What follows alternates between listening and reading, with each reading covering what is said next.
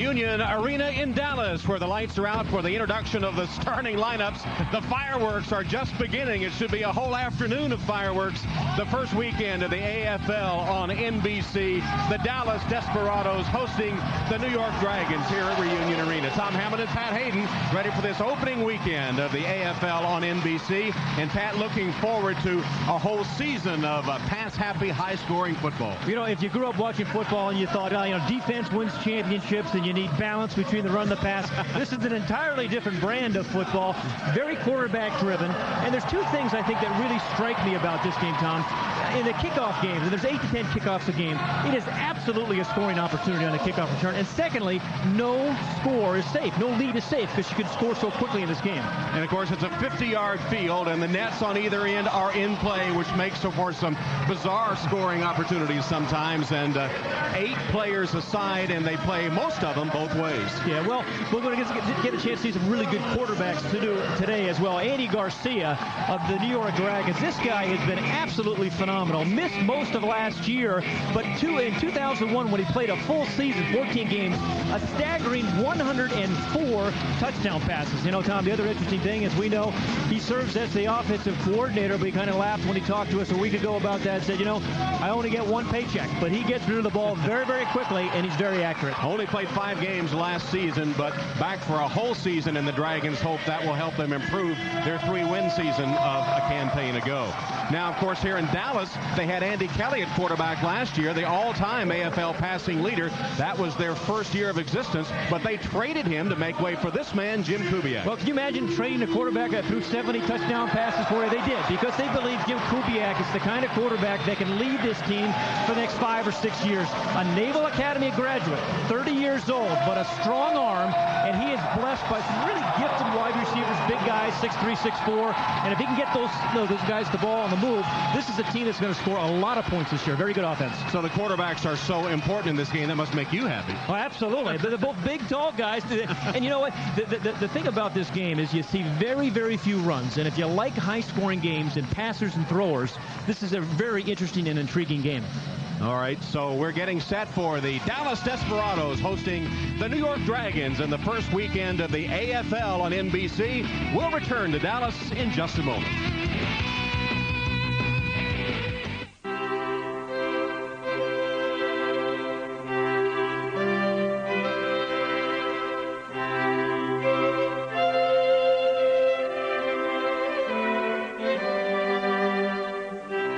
There's a Wendy's classic hamburger that's perfect for you. Made fresh right off the grill, so it's always hot and juicy. The classic hamburgers at Wendy's. It's better here.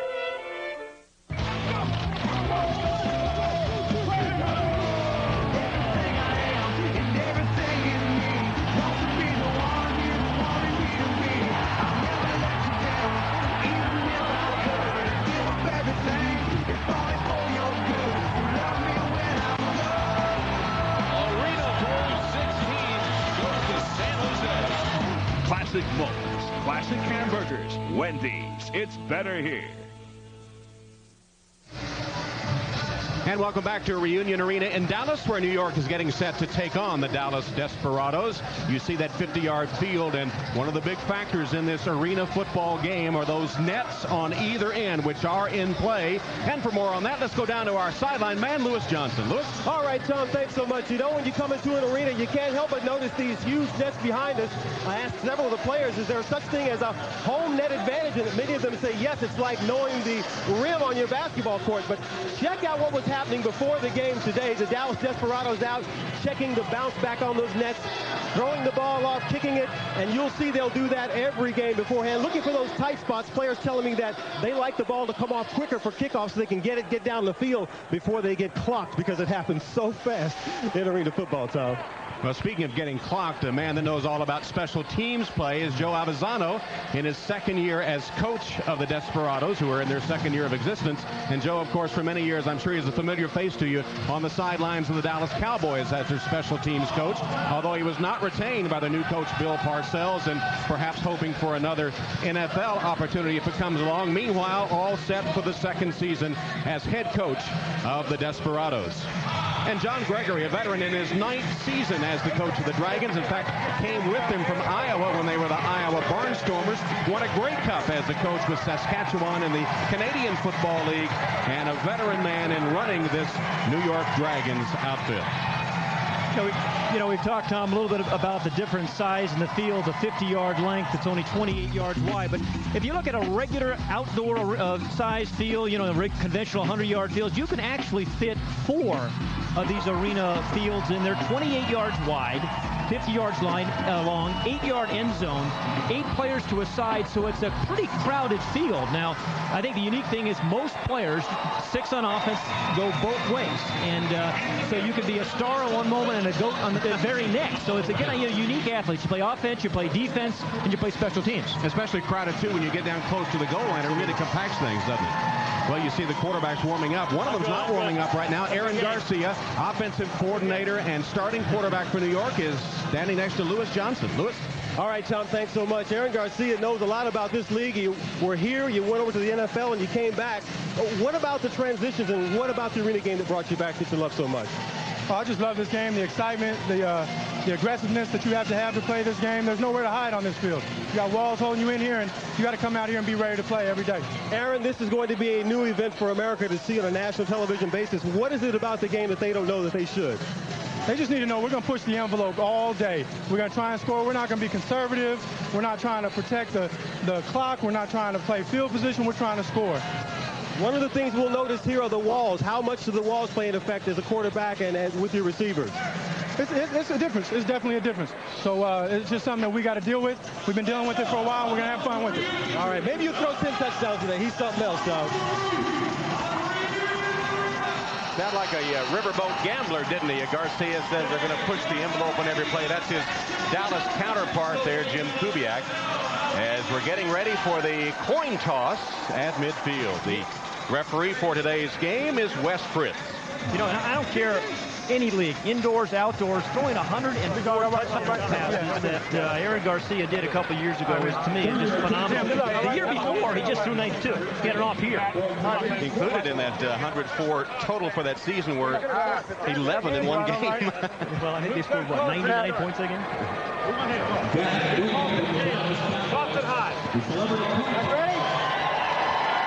Get a little tail, get a little tail. Here we go. Here we go. You wish to defer. You're on receiving. Which way will you wish to kick? New York won the toss. Defer. Will kick off this direction. Guys, have a great day. So New York wins the toss and defers to take possession at the start of the second half, which means that the Desperados will get the ball first. A lot of strategy involved in that deferment. Well, yeah, you never want to give up, two. You don't want to have to give up 2 back-to-back possessions. So you want to defer, play some defense. You're going to get plenty of opportunities on offense to score. But really, I think it's the end of the first half and the end of the game, that last minute, when the real strategy, there's some unusual things that happen in that last minute. I mean, you might be behind, for example, and you try to slow the game down. Well, the object then would be, especially in New York's case here, to score the last touchdown of the first half and the first touchdown of the second half and get a little separation. Because they'll get 2 back-to-back possessions.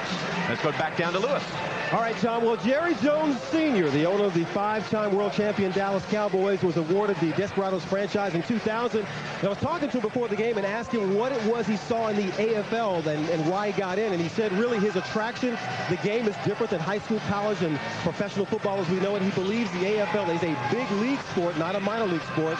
Loves the passing and catching aspects, but he even went as far, Tom, to say that he loves it so much that he believes the Arena Football League could one day be in the Olympics. An international possibility there. Tom? All right, and there's Bill Parcells, the new coach of the Dallas Cowboys, with Pat Summerall sitting by his side. And we saw Jerry Jones Jr., the president of the Desperados, earlier. Now, 50-yard field, so you kick off from the goal line. And Jimmy Kibble will be the kicker. There's Larimore, who is one of the best return men in the game. In fact, we'll see 2 of the best today, Steve Pappen of the Dragons and Larimore of the Desperados. And the goal here, if at all possible, is to hit the net. In fact, the iron of the net, which gives you a crazy bounce. And again, as we said, these are scoring opportunities in the Arena League. and you stagger the kick on the field to avoid the scoreboard. Here's the opening kick. Larimore is going to watch it as it rebounds from the net. Here comes Larimore to the 5, down one man, looks for a block, and finally driven against the boards and stepped out of bounds. And here's a look at the Desperados starting offense, led by their quarterback, the Naval Academy graduate Jim Kubiak. Briggs, Lytle, and Carver up front. Those are two-way players. Kubiak, the quarterback, will not play both ways, and neither will the offensive specialist Shannon Skinny Colbert. He's not so skinny anymore. He started the week at 160 or the training camp. Now he's up to 172, so he's not quite so skinny anymore. You can send a man in motion toward the line of scrimmage. It's going to be Burks in this case. And a quick toss from Kubiak is complete. And Dustin Towers is across the 20 to the 22-yard line, where Mike Furry finally chases him down, along with help from Don Vitas Franklin. Gain of 15 yards.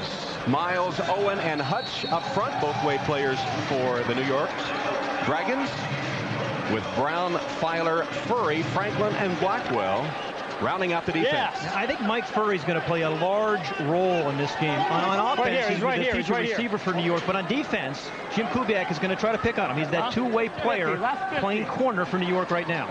171. And a quick look at the Dragons' defensive coordinator, Scott Maynard. Kubiak going for the end zone. Diving catch made by Culver. They say incomplete. It hit the turf. Thought he had it with his back to me. Defended by Corey Blackwell. Well, Shannon Culver is, as you mentioned, the offensive specialist, and he's getting this big lead. Now, it's mostly man-for-man coverage in this league, so you're going to see open wide receivers. Just a little bit overthrown for him, but the ball's still catchable. Had it for a moment in his hands. And Kubiak thinks it's a touchdown. Yeah, he thought it was. Yeah, probably should have been. Really probably should have been. That Shannon Culver is going to run a lot of post routes and a lot of corner routes off of motion.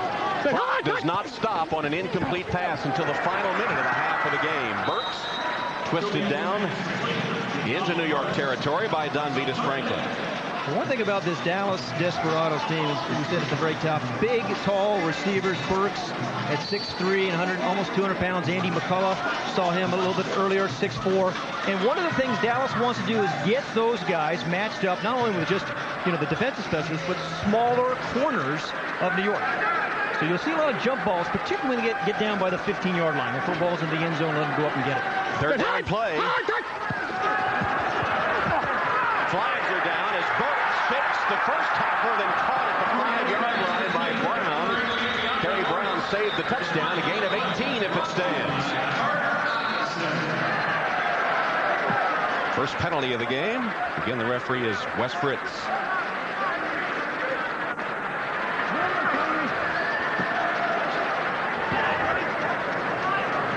Double foul.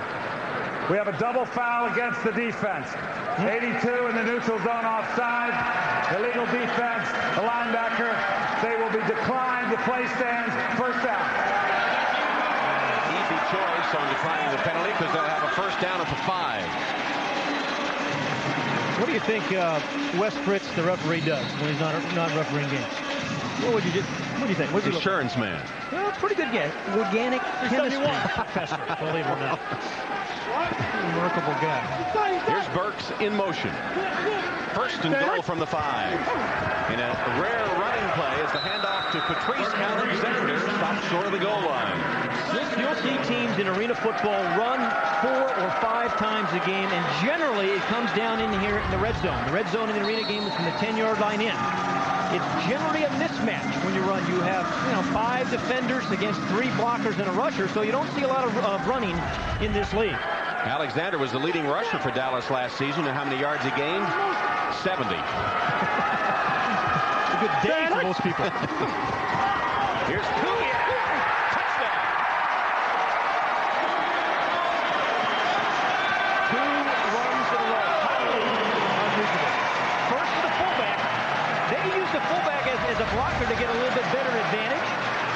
Jim Kubiak, we mentioned at the Naval Academy, mostly a passer at the Naval Academy. But his favorite player from there is Roger Staubach. He made a few scrambles like that. And did a little Roger the Dodger right there. First touchdown of the season for Dallas, scored by their quarterback, Jim Kubiak. Here's Jason Wells to attempt the extra point. Must go in that slack part of those nets, right there through the uprights. And the Dallas Desperados take the opening kick, march down the field to take a 7-0 lead on New York. Hey, did you know that when you let Jackson Hewitt prepare your taxes, you can get money right away with a Money Now loan? Just walk in with your W-2 and walk out with money. So come on by, and I'll be happy to get you started. Just saw your commercial. What, this commercial? Yeah, and I'd like to get money now. This commercial? Yeah. Okay. Have a seat. The Jackson Hewitt Money Now loan. You can't get money any faster. Owner of a Major League Baseball team. Big league income. Hey, kid. Off the field. The internship that could get you there. Priceless. Apply for an internship with the Cardinals or the Mets. Go to MasterCard.com. You go this way, I'll go that way. On February 7th, get ready for some wild nights. I call that one my Kung Pao chicken. Shanghai Nights, rated PG-13. Well, we went out searching for some waves. It was pretty mellow, actually. Man, chill out. I'm trying to eat. The car ride out was good, except Luke kept taking his shoes off. Luke! Oh! We found this secret little surf spot. When we got there, the beach was totally empty. After a whole day of surfing, we just wanted to crash out. The new Honda Element. Go with it. Hi, everybody. I'm Al Troutwig, along with Michael Irvin and Glenn Parker. This is the AFL Across America. We're watching all 4 NBC games today and a replay of last year's Arena Bowl, San Jose and Arizona. It didn't take San Jose long. Mark Grieve to James Hunden. They're repeating where they left off. They sure are. The real key to this game was to get the San Jose offense, spread them out, use the big size you have, plus the speed to get those points, and that's what they do right here. Best receiving core in the AFL. Of course, one of the best quarterbacks in Mark Grieve. He hits James Hunden. Easy touchdown. All the highlights at halftime from New York. Let's go back now to Dallas and Tom Hammond. All right, Al, thank you very much. Where the Dallas Desperados have taken a 7-0 lead on the New York Dragons. And there's the absolute best kick returner in the league, ready to field this kickoff. That's incredible. They had over 2,000 yards last year in kickoff return and then 5 touchdowns. Jason Wells to kick off to Steve Pappen. It's going off the net. Off the net. Pappen let it bounce. Free ball. And Pappen will be hit in the end zone. Manages to sneak his way out and is knocked out of bounds by Diallo Burks. And Pappen did not look good on that one, Pat. Well, that was a perfect kick, though. You know, high off the net. You get a lot of spring, and you just kind of misjudged it. He didn't get out of the end zone, so it will be a touchback. Not a safety, but a touchback. If you attempt to come out of the end zone and they're tackled in it on the kickoff, it's only a touchback. And Pappen was telling us that the black nets had been giving him some trouble. He was having trouble seeing where they were coming off. So now here's strong-armed Aaron Garcia running the New York offense. And a quick pass on first down to Pappen. Shakes a tackler and gets the first down across the 15-yard line where he's tackled by Patrice Alexander. Here's the starting New York offense with Hutch, Owen, and Miles up front. Garcia's the quarterback with Filer the fullback, Furry, Brown, and Pappen, who made that first reception. Yeah, and Mike Furry, number 4, is his favorite receiver. And again, we talked to Aaron Garcia last night, and they're going to test Dallas very early with Furry deep. Furry going in motion, and Garcia heaving it downfield for Furry. He's got it for the touchdown. Let's see, still no signal from the... No. Now they say out of bounds. He thought he had the touchdown. Yeah, you have to come down with 1 foot in. That was one of, you're going to see 8 to 10 deep throws from Garcia to these New York receivers. Possession in 1 foot he needs. I don't see why that's not a touchdown. He's certainly in. If he had possession, he was definitely in. Did he have possession? That should have been a touchdown. I thought it was when I saw it live. Yep. You were right. He had possession. He got down in the end zone. Shante Carver was called for the personal foul of the Desperados. So the penalty against Dallas should have been a touchdown for New York, a 34-yarder, I thought. Indeed it was. You know, it's funny, in this league, Tom, I think penalties almost sometimes hurt offenses because it's easier to score the farther you are out. And Aaron Garcia said last night his favorite area is right about the opponent's 20-yard line. Doesn't really like it that much closer. Here's a sack and a fumble. Garcia's fumble falls right into his teammates' hands, right into Jermaine Miles. It was Tom Briggs that knocked the ball loose from Garcia. How about Jermaine Miles? You play offense, you play defense, you play special teams, and then you get fumbles, and you return those. Good pass rush by Dallas up front. That was Tom Briggs, number 93, one of the best two-way players in Arena Football League. But a heads-up play by Miles. What about the hands of Miles? 6'4", 275, and a 2-year defensive line starter at Georgia Tech. But you see Tom Briggs, number 92, we talked about him being a really good two-way player. Here he comes again. Garcia, under pressure, heaves it. Incomplete, intended for Rodney Filer. And the Dallas defense the past couple of possessions, or past couple of plays, has been all over Aaron Garcia.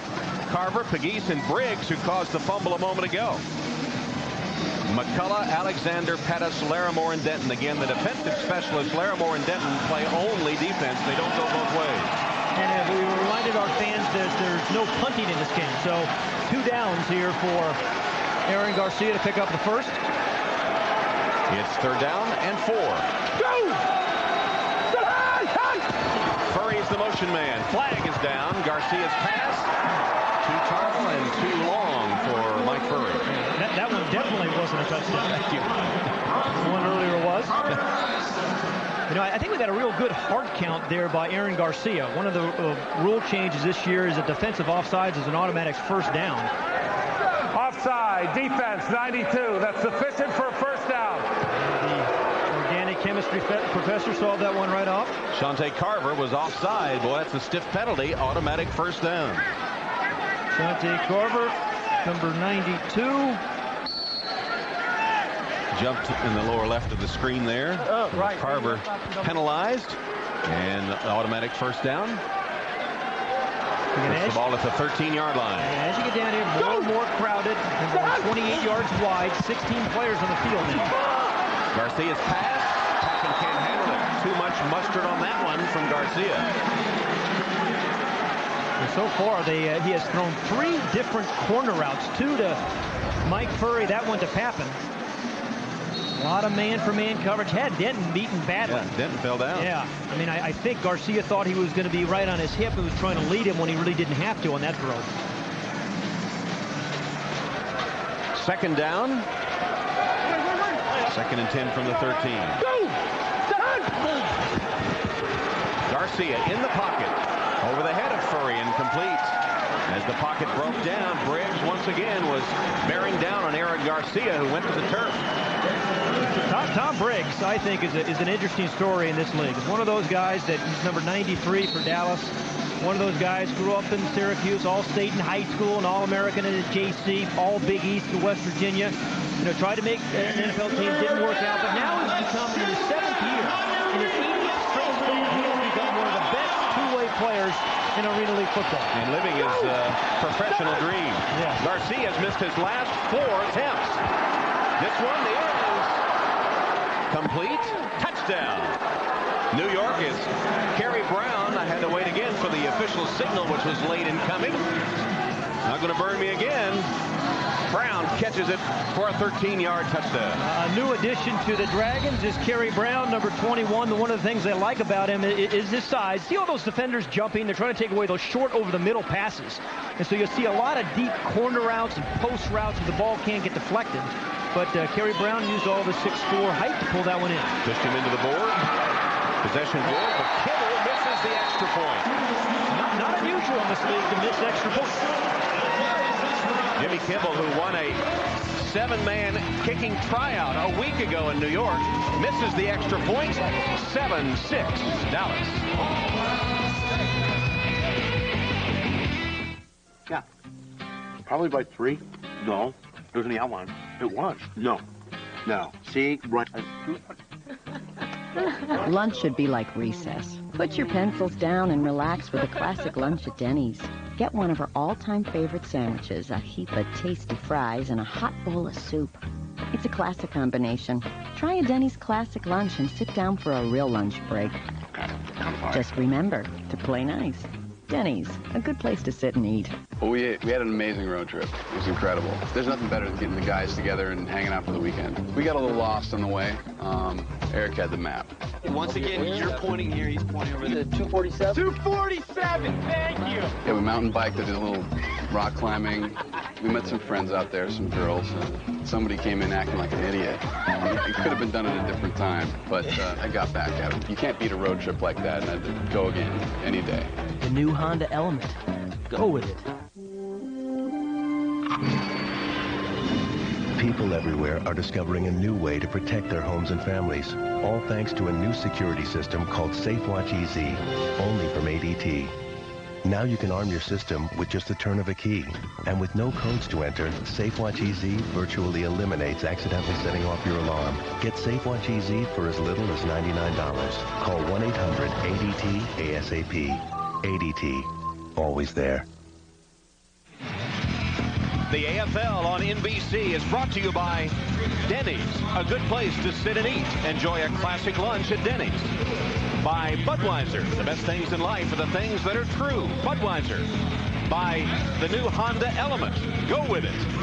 And by ADT, America's residential and commercial security leader. Call 1-800-ADT-ASAP. You know, Tom, really a tough league to be a kicker. Look at the crossbar right here. That's only 9 feet wide. In the outdoor game, it's 18.5 feet. You see these big, they call these things the irons. And on kickoffs, kickers try to hit those so you get a big bounce off it and maybe recover. And they're actually aiming for the iron on kickoffs. So Kibble will kick off to Larimore, with Dallas leading 7-6 and 5 minutes left in the first quarter. Larimore takes it off the net with a cutback to the 15 and grabbed by the jersey finally by Tom Dodson. And Larimore advances it to about the 17-yard line. Well, Larimore had a great year as a kick returner, led the league in average, but he didn't score a touchdown, which is unusual. He had, averaged 26 yards return, but no TDs. And as we said, that is an offensive play where teams around this league score many touchdowns. Jamar Toombs in at fullback for the Desperados, who lead 7-6. Jim Kubiak took it across the goal line on their first possession. Carver was in motion and had to come back to get the Kubiak pass. It's complete. Don Vitas Franklin tackles him immediately. Gain of about 7 yards on first down. The offensive coordinator, Steve Tunn, they're allowed on the field. He's new here in Dallas, has been a head coach in this league in Houston a while back, but very innovative, very aggressive guy. He's been around this league for 14 years of its 17 as a coach and a player. And he was telling us some stories this week about how the league has changed all for the better. Jamie Lovern replaces Shante Carver on the line for Dallas. There's an interference call intended for Burks. He got tangled up with Franklin, and the flag came flying. Diallo Burks, number 88, in a Dallas uniform, looks a little bit like Michael Irvin, doesn't he? The other Cowboy wore 80. Right. These uniforms very much. Number 9 defense, 10 yards, automatic first down. Look like those old Dallas Cowboy uniforms. Easy call for the back judge. He's kind of got held. Sometimes in this league, if you're going to give up a touchdown, you just hold. Take the penalty. He was beaten and he grabbed a handful of jersey. Burks, who made the penalty happen, of course, was the leading receiver, having caught 54 passes a season ago when he fractured his right wrist and missed the rest of the season. He played at Eastern Kentucky during his college career.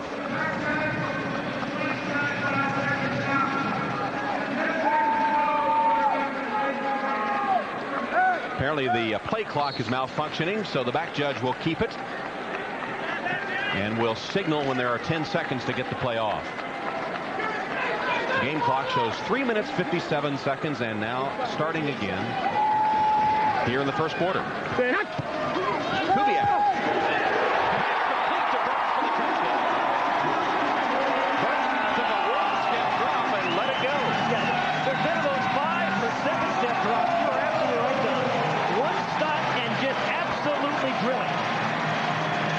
And when you have big targets with it, you know, he had that running start. There's just no way that Franklin, the defensive specialist, can hang in there with him. He's got a two-way go, going the post to the corner.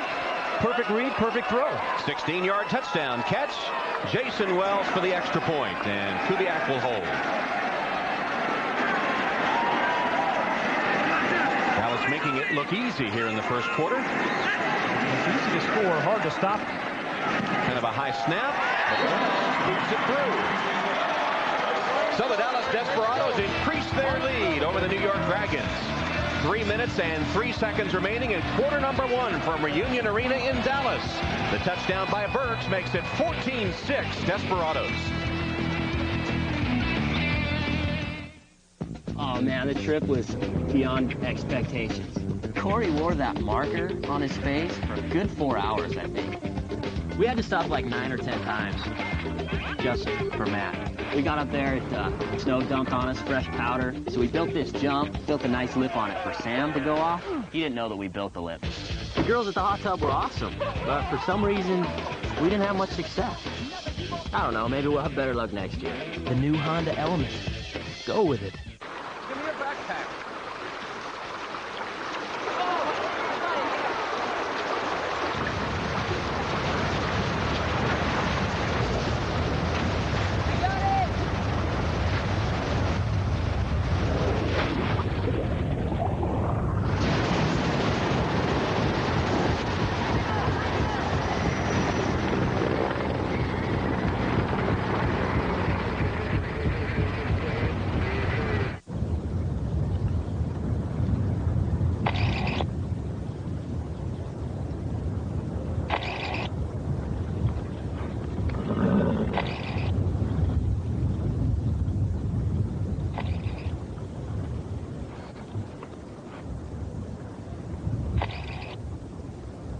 This referee's a jackass.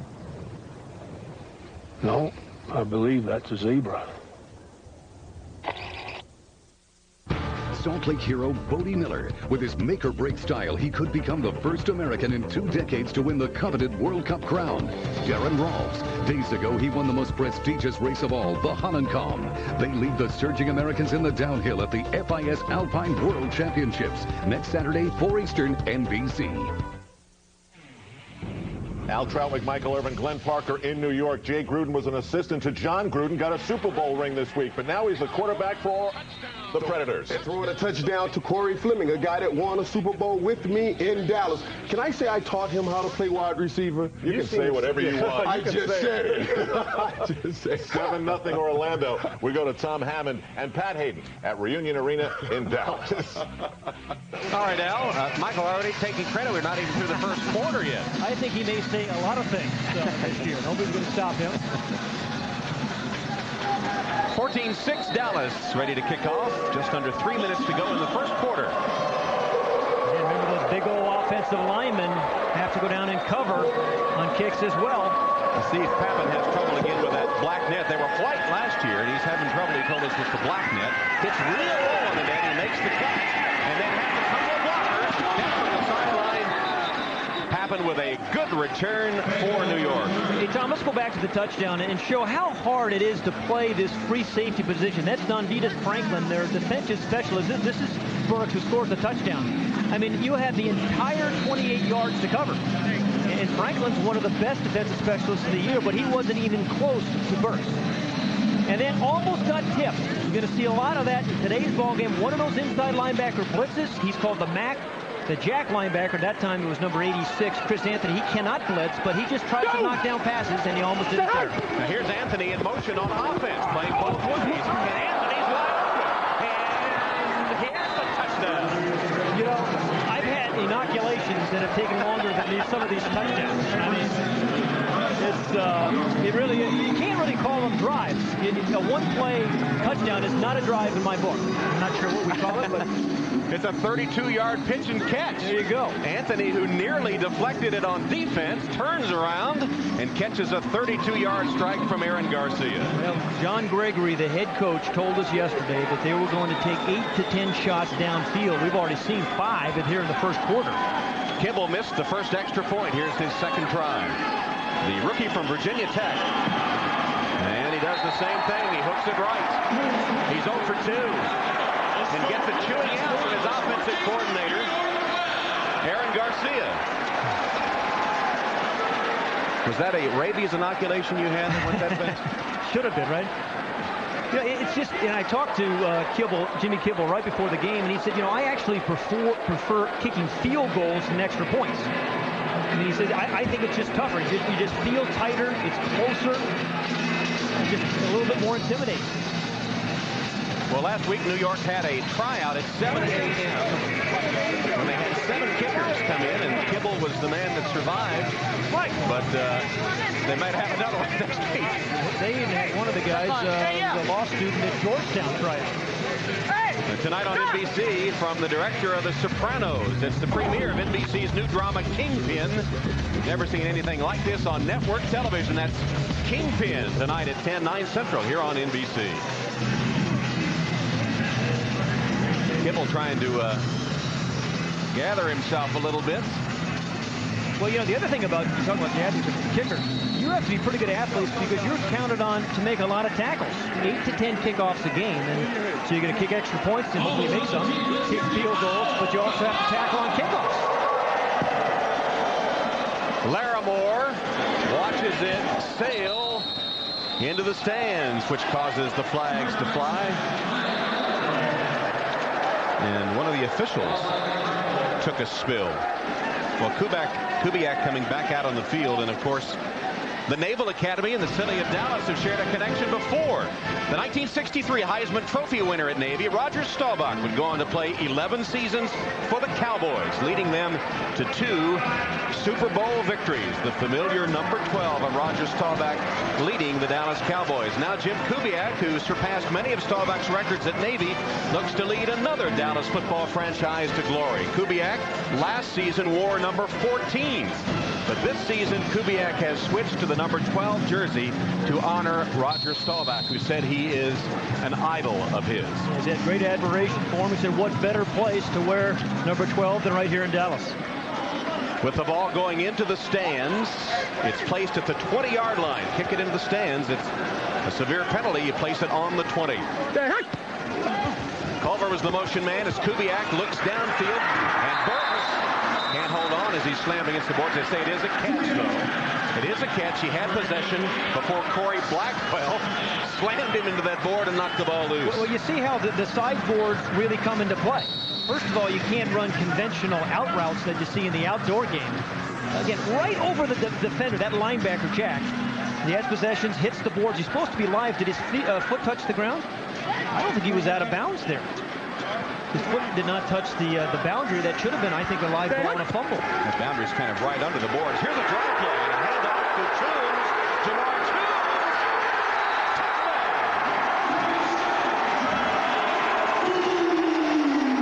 Put that one in the time capsule. You won't see that very much. 41 yards. Touchdown on a draw play. A run by Jamar Toombs, the rookie from Texas A&M. Yeah, and as you can hear from the crowd saying, Toombs, kind of a crowd favorite. New to this league, new to the team. This is an exceptionally long run. But when he gets to the 5, he uses 275 pounds, yes, 275-pound fullback, to get those extra 5 yards. In fact, he ran over Blackwell and Doxson to get into the end zone. Well, Dallas has scored twice now on runs, one by the quarterback and then one by Toombs. First quarter is over, no time left, so we'll have the point after. And it is good. Jason Wells kicks another point after. The first quarter comes to a close with a touchdown run by Jamar Toombs, the former Aggie. Well, there haven't been any stops yet. 3 possessions Dallas, 3 touchdowns, 2 possessions New York, 2 scores. Dallas leads 21-12 after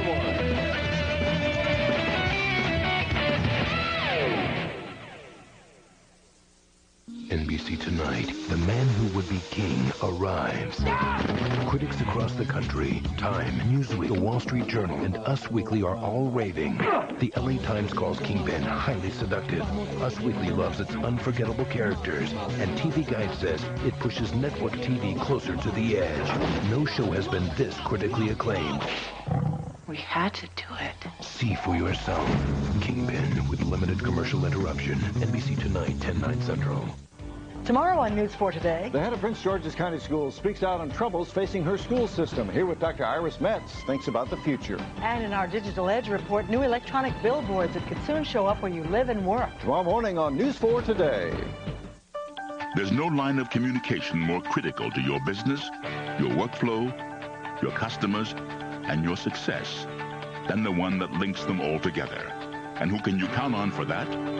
Verizon. For everything your business needs to stay in touch and get more done.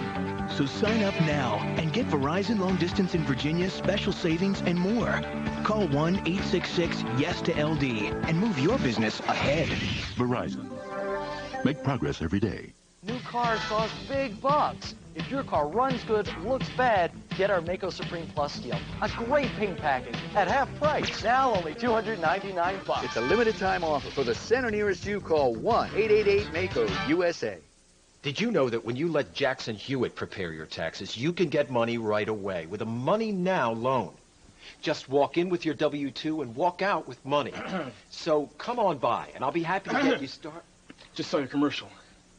What, this commercial? Yeah, and I'd like to get money now. This commercial? Yeah. Okay. Have a seat. The Jackson Hewitt Money Now loan. You can't get money any faster. 109 D.C. metro area locations. The Business of Begging. Monday only on News 4 at 11. Welcome back to Dallas, ready to start the second quarter. Dallas leading in just a moment ago. Here's what Joe Avezzano said to his defense. Now, hey, obviously now we make a defensive play and we can really put this in control.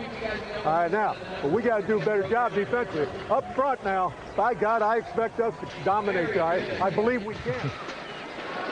And he wants the defense to make a stop. There have been no stops yet through the first quarter. You ever heard a coach say, I don't want you to dominate? I mean, I've heard coaches say that a lot. I guess that fires defensive linemen up. Great special teams coach, though, was. And, you know, he was saying to us yesterday, Joe Avezzano, that being a special teams coach is a great training ground to be a head coach because he's one of the few coaches that deals with all the players on a team. Not just offense or defense, but all the players. He said it was the best preparation for a head coach. Interesting that Jason Wells wears no chin strap. That is unusual. And he has to make a tackle. He's going to have to make some tackles this year. Do you think Jim Kubiak with that U.S. Army patch on his shoulder is like waving a red flag in front of a bull, isn't it, for a Navy man? Absolutely. That must be tough for him.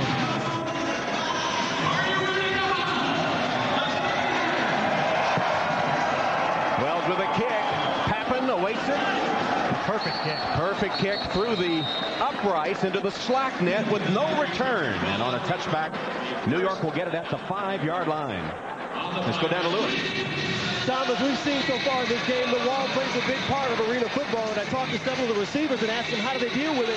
For instance, in crossing patterns, they know if they don't get the ball by the time they're halfway across, they're going to hit it. The most important thing, cradle the ball, hit the wall with your entire body, and not split it and end up in the stands with all these fans. You guys don't want to play it down here, do you? You do! Well, I guess they do, Tom. Yeah, Lewis, I noticed you were backing off those boards when play was going on. You looked real brave there. Garcia's pass is complete as he kicks the ball. Steve Pappen took a shot into those sideboards from Tim Denton. But Tom, as we know, you're still alive off those sideboards. As long as you don't, touch the out-of-bounds marker, fall down like the out-of-bounds, it's the line down there, that's out of bounds. If you don't touch that, you can bounce off the wall and the play's still alive. So Pappen makes the first down catch. It's second down. Furry in motion. Garcia's pass across the middle. Furry. That was a brilliant catch as he sort of tipped it to himself, leaping in the air in front of Denton. And Aaron Garcia, Tom, just got drilled. In this league, even though you get rid of the ball quickly, you are going to get hit a lot. And he was absolutely killed by Pugliese, number 94. Look at the outstretched arms and catch by Mike Furry. Then one of the two-way players, plays corner and wide receiver. We talked to Furry a week ago. He said, hey, I consider myself more an offensive player, and I spend most of my week practicing on offense. Looked like it there, 23 yards. Here's Garcia being chased out of the pocket, shoots it to the end zone. Incomplete. Hammond, there's a flag down. Hammond defended and perhaps interfered with on the play by Will Pettis. I tell you one thing Dallas is doing a very good job of is getting a lot of pressure on Aaron Garcia. They are. Yeah, and so Joe Alvazano was... That's what he called for. Yeah, he was exhorting his down linemen to do that, and indeed they are. Pass interference, number 3 defense, not flagging the ball. Half the distance, automatic first down. So the interference call on Pettis. Meanwhile, Briggs had chased Garcia from the pocket once again. Here's the interference. He wasn't even looking at the ball. Again, he wasn't turned around. He gets his head turned. He's making a play on the ball. It's not pass interference. That's an easy call. Pappen nearly caught it against the back of his helmet. Now here's what Kerry Brown, number 21, man in motion. They like to use him down here because of his height. Garcia buying some time. Now has to let it go. Dangerous pass and nearly intercepted. It's incomplete. Pettis nearly had it. Intended for Kerry Brown. I think it's one of the fun things about this league. A guy like Pettis, the two-way player, plays receiver, defensive back. You know, a penalty in the play before, and almost came up with the interception there. And even if you get beaten for a touchdown, on offense, you have a chance to make up for it. So you catch one or two. Turn back around and burn the other man. Watch Pettis, number 3. Primarily receiver, good drive. And breaking up what would have been a touchdown to Kerry Brown. A heck of a play. It was. Pettis had 9 interceptions last season for Pensacola in the AF2 League. Furry! Touchdown! Another great catch by Furry with that board coming up in a hurry. He blasted against it and still held the football for the 9-yard touchdown. You know, in this league, you've got to be able to throw with pressure on you, and you've got to be able to throw accurately off balance. Again, he just gets drilled that time by Tom Briggs. There's number 4. This is the 4th corner route he's run. 2 of them have been for touchdowns. One wasn't called properly, but that one was. And off the boards. And the little dance.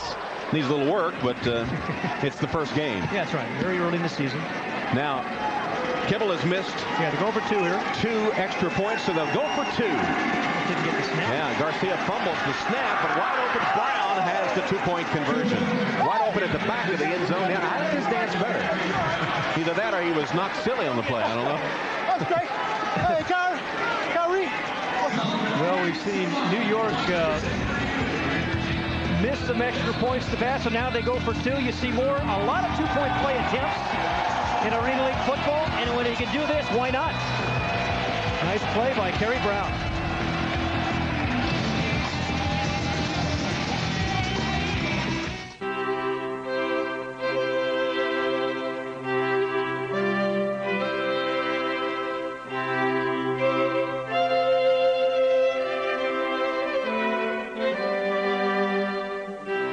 There's a Wendy's classic hamburger that's perfect for you. Made fresh right off the grill, so it's always hot and juicy. The classic hamburgers at Wendy's. It's better here. What if the new Kia Sorento was in a race against the other SUVs? Who would win? The little ones would be left in the dust. Some just too honking huge. Others would be afraid of getting dirty. And the rest, they'd be distracted by the wads of cash we save. The midsize Sorento with a 10-year warranty won this unbiased race. After all, it is our commercial. Right now, get 0% financing on the new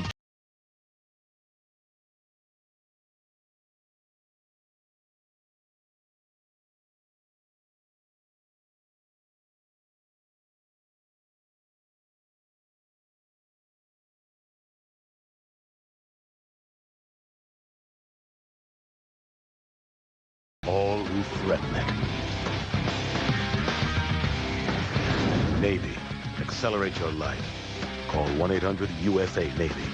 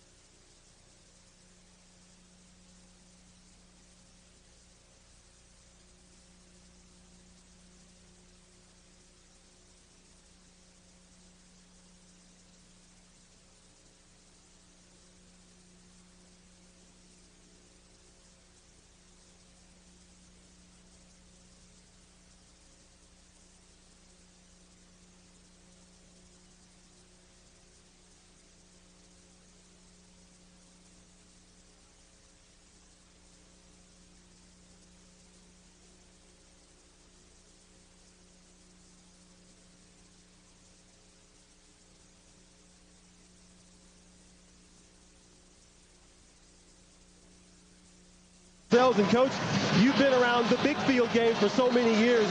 What do you think about arena football, and what have you seen so far today? Well, I think it's pretty exciting. I've been watching it for the last few years, so I'm used to watching it. And I think the quality of the players is getting better every year, and it's fast-paced, it's exciting, and a lot of passing. A lot of passing. Now, with regards to the Cowboys, you have some tough personnel decisions to make over the next few months. What's the fate of Emmitt Smith? Well, Jerry and Emmitt are going to meet, I think, this week, and I think what comes out of that conversation will go a long way to determining what Emmitt's future is with the Cowboys. And a lot of names have been floated at quarterback. Are you looking for a veteran QB to lead the Cowboys in the next season? Not necessarily a veteran. I'd like to increase my options. We have a few guys I'd like to work with, but might try to add to that mix if I can. All right. Well, so we appreciate you talking with us today, and good luck with everything this season. Thank you very much. All right, Coach. Tom? All right, Lewis. Bill Parcells, our former NBC colleague. We wish him best of luck with the Cowboys. And Lewis, ask him who he likes in the Derby. Big horse racing fan. Kubiak's arm was hit by Jermaine Miles as he let it go, and he took a blast to the turf as well. And Jermaine Miles saved a touchdown because Will Pettis, number 3, was wide open. Now, we've seen Jermaine Miles play offensive tackle. Remember, he covered the fumble. That time he prevents the touchdown because look how open Will Pettis is against one of the league's best defensive specialists, Franklin, number 9 again. But that's a position. If you come back as an arena player, Tom, you do not want to play safety. Thank you. Kubiak has hit 6 of 9 for 70 yards, 3 possessions, 3 touchdowns. Flag down. Kubiak's pass. Incomplete. Intended for McCullough, but too long downfield. Let's check the penalty.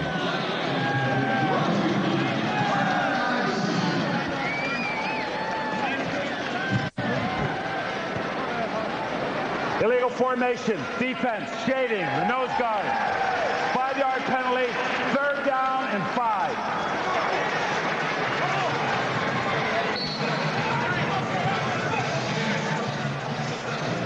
Again, the jump early. A lot of hard counts because they changed the rules this year. A little bit offsides there, but we talk about these two-way players. One of the interesting ones to me is Marcus Owen, number 66. 6'2", 325 pounds. His nickname is Snowball. He plays center. You see him playing nose tackle right down here, and he's covering kicks. Kubiak down the sideline and caught by McCullough for a touchdown. Andy McCullough, the former Tennessee Vol, the leading receiver a season ago for Dallas, makes a 43-yard grab for the touchdown. You know, we met with Andy McCullough yesterday, and he's a big guy with big hands, a big smile, a big personality. And, you know, he just looks like a football player that could play in any league, Tom. You know, he's 6'4", 223 pounds, very athletic. Saw his strength there. Yeah, just those real strong hands that just kind of suck up the ball, and then he's very difficult to tackle. High school in Dayton, his twin brother Sean was the quarterback, and Peerless Price was the other wide receiver. I bet you they didn't lose much. Played with Peerless and Peyton Manning in Tennessee. Well, he's not having trouble kicking, is he? Boots it through again. There's Andy McCullough. On the receiving end of a Kubiak touchdown pass. Dallas up 28-20. I will not be afraid of the dark. I will not feel guilty leaving my dog alone. I will know my children are safe. I will finally be able to relax! At ADT, we help more people feel safe in more ways than any other security company. A single ADT system can help protect your home and family from burglary, fire, and carbon monoxide for as little as $99. Plus, save up to 20% off your homeowner's insurance. Call 1-800-ADT-ASAP. On February 7th, action speaks louder than words. Come on! What in our history together makes you think I'm capable of something like that? Shanghai Nights, rated PG-13. See it February 7th. Owner of a Major League Baseball team. Big league income. Hey, kid. Off the field. The internship that could get you there. Priceless. Apply for an internship with the Cardinals or the Mets. Go to MasterCard.com. Taco Bell's new Monterey Chicken Quesadilla combines two tastes so tempting, it might trigger a Monterey matchup.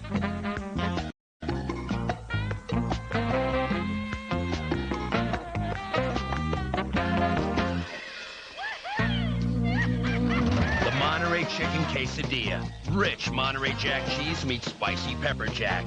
Melted together over all white meat chicken. For the new Monterey Chicken Quesadilla, think outside the bun. It's been a long, cold winter, but the PGA Tour's Southern Swing is on its way.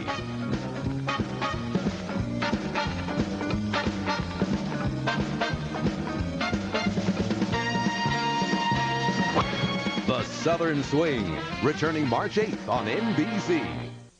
A little under 8 minutes left in the second quarter here in Dallas, and Jim Kubiak's had a terrific first half. He's done a little bit of everything.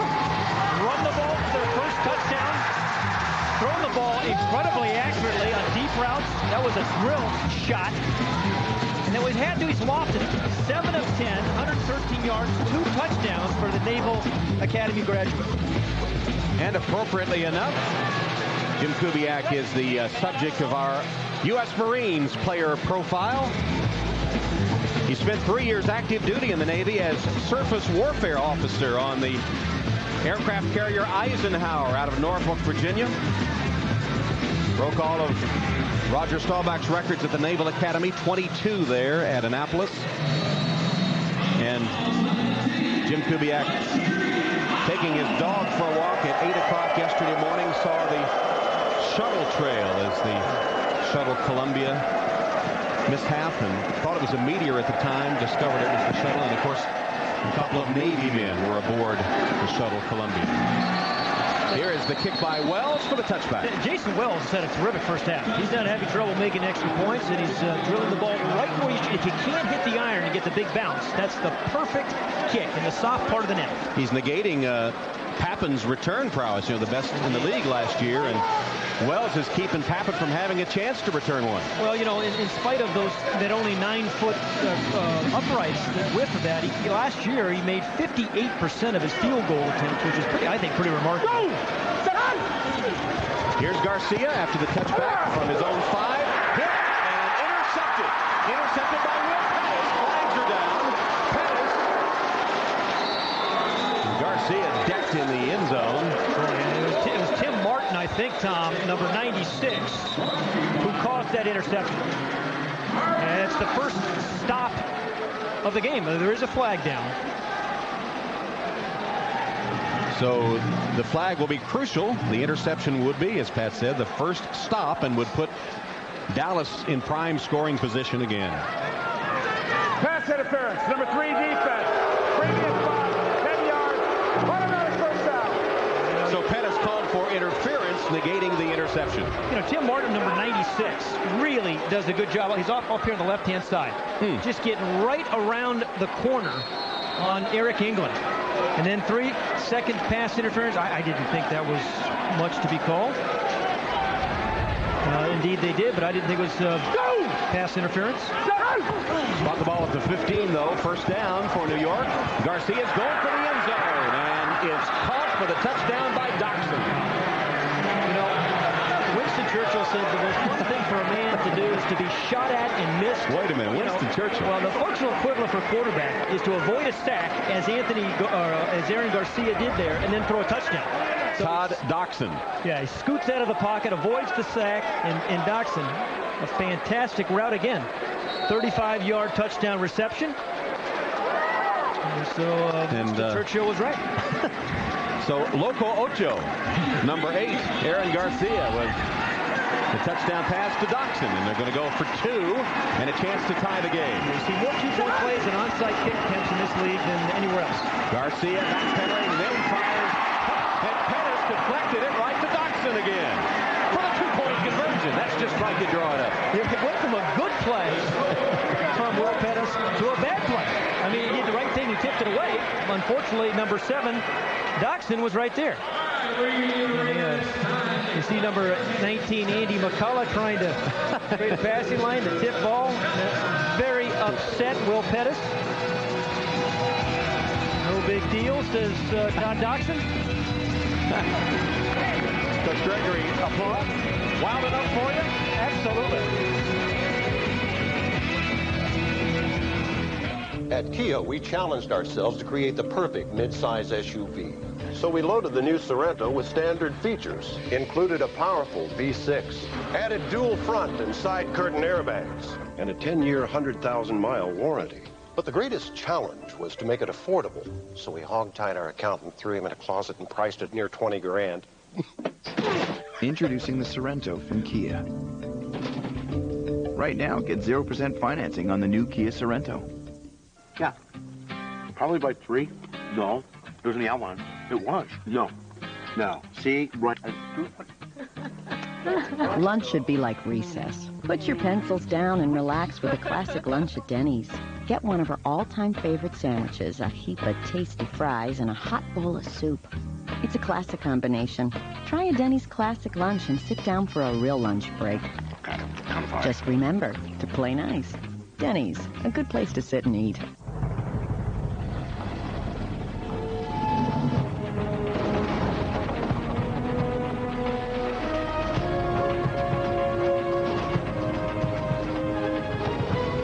The passage is intense, but if you complete the journey, you will find your destiny among the world's greatest warriors. The few, the proud, the Marines. On the next all-new Law & Order Criminal Intent, Sunday's #1 show. It can make women beautiful, but did it kill? A miracle drug that's to die for. It was derived from something developed for germ warfare. With an ending twist that'll really get under your skin. I should have seen it coming. All-new Law & Order Criminal Intent, NBC tonight. Tie game in Dallas on that successful two-point conversion, 28-28. And there have been 8 touchdowns scored by 8 different players. Okay, your defensive coordinator, who do you double? Who do you choose to double as a defensive coordinator? I just resigned. Yeah, I mean, the toughest job in the league is defensive coordinator, I think. Will McClay, the defensive coordinator for Dallas, said yesterday it's like walking. There it is. Kibble's kickoff. Larimore. Can't field it. That'll be a touchback. Best kick by Kibble today. Let's go back to the two-point play. And sometimes it's just one of those things in life and in football. If you're at the right place at the right time, good things happen. Good play by Pettis, number 3, and tips it away. Thinks he's going to, preserve the two-point attempt into the hands of Doxson and a disappointed Joe Avezzano. I mean, you can't play defense much better than that, can you? Well, you've got to always be ready, though, in this league, don't you? You're right. Because anything...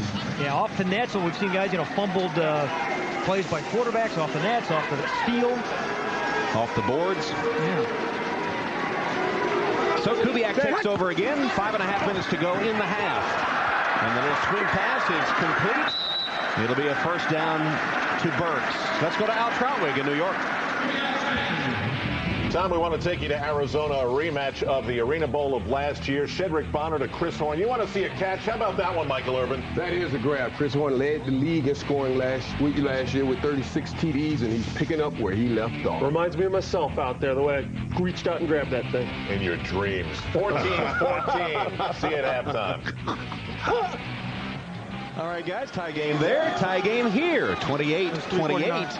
Oh, yeah, we're putting up the points in Dallas. Okay, that Chris Horn is quite a two-way play. Yes, he is. Kubiak's pass caught by Burks, hit immediately by Chris Anthony. And a reminder to stay tuned in the third quarter. We'll tell you about the Denny's Great Uniform Giveaway and a chance for your local team to win free uniforms. Well, you're thinking about stops on defense as we look at their defensive specialist on Vitas Franklin. Just one of those things. You're going to be beaten in this league as that free safety. You're going to give up 3 or 4 touchdowns. That's Scott Maynard, the defensive coordinator. but you've got to, create a stop somewhere. Just an interception, a fumble. Last year he had 6 interceptions. Culver's in motion as Kubiak retreats, and his pass tipped at the line of scrimmage and incomplete. Not sure. I think Kerry Taylor might have deflected it, the rookie from UMass. Kerry Taylor, number 44 for New York, is one of those inside linebackers. They have 2 of them. Only one of them is allowed to blitz. He's called the Mac. The other one's the Jack, but you can tell the difference in size. The Mac's kind of plays fullback and then plays Mac. The other linebacker, which they call Jack, is a wide receiver and linebacker. You see number 86 there. And the Jack, 86, Chris Anthony, he just tried to deflect passes, and the other linebacker blitzes every time. Anthony almost deflected one earlier, remember, on the touchdown. Flags down. And the pass is to their tight end, Tim Martin. And touchdown. They waited a minute to check it out, the officials, but they do signal touchdown. 23 yards to Tim Martin, tight end. Remember just a few moments ago we saw Tim Martin putting the hit on Aaron Garcia in the end zone. I mean, really gave him a shot. Offside. 55 defense. Decline. Touchdown. As you said, it was a free play after Elliott Fortune came offside. And there's a big smile from 273-pound Tim Martin after the touchdown. Again, he plays both ways. We've seen him have an effect on the game on defense. Good hard count by Jim Kubiak, a smart play. Did he have possession? He broke the plane with it? Yes, indeed. But, he's primarily a pass rusher, but every once in a while, every lunar eclipse, they throw him a bone and let him catch a pass. So 9 different players have scored touchdowns now. You keeping track? Well, I'm going to lose track. Smoke is coming out of my ears here. Jason Wells for the extra point. He's been on the money all afternoon. 2:20 left until halftime. Now remember, in the final minute, the clock will stop on out of bounds and incomplete passes. And that's when the strategy really comes into play. You asked Tim Martin, did he cross the plane of the goal line? Got the ball. Indeed, he did. So that is a touchdown as soon as it crosses the plane. Good call by the officials. So another touchdown pass by Jim Kubiak, this time to his tight end, Tim Martin. And as Kubiak arrived at Reunion Arena today, he sat by himself up in the stands.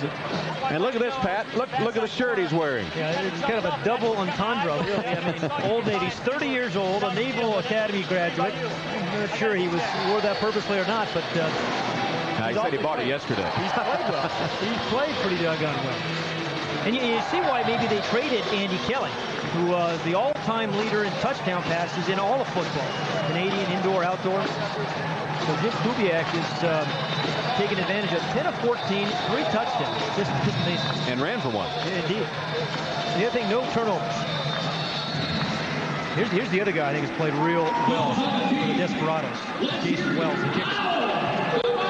Pappen hoping for a good return. Wells has been the man that's prevented that with his kickoffs. This one rebounds right into the arms of Pappen. Makes one man miss. Burks, but then he chases him down from behind, and the coverage is good as they stop Pappen at the 5-yard line. Yeah, one thing New York is going to have to do, I believe, is protect Aaron Garcia a little bit better. Even though he's thrown the ball well and had a nice first half, he is just getting drilled. It's a long season for these guys. Ticking down toward that 1-minute warning. And again, in the final minutes, clock will stop on out of bounds and incomplete passes. It runs continuously before them.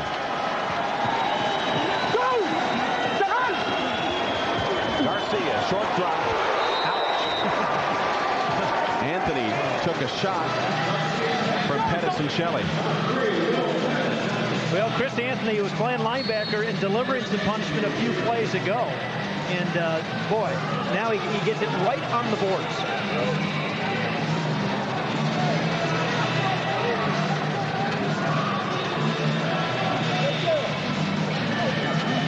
Coming down to that 1-minute mark, and they're not going to get a play off before they reach the 1-minute mark.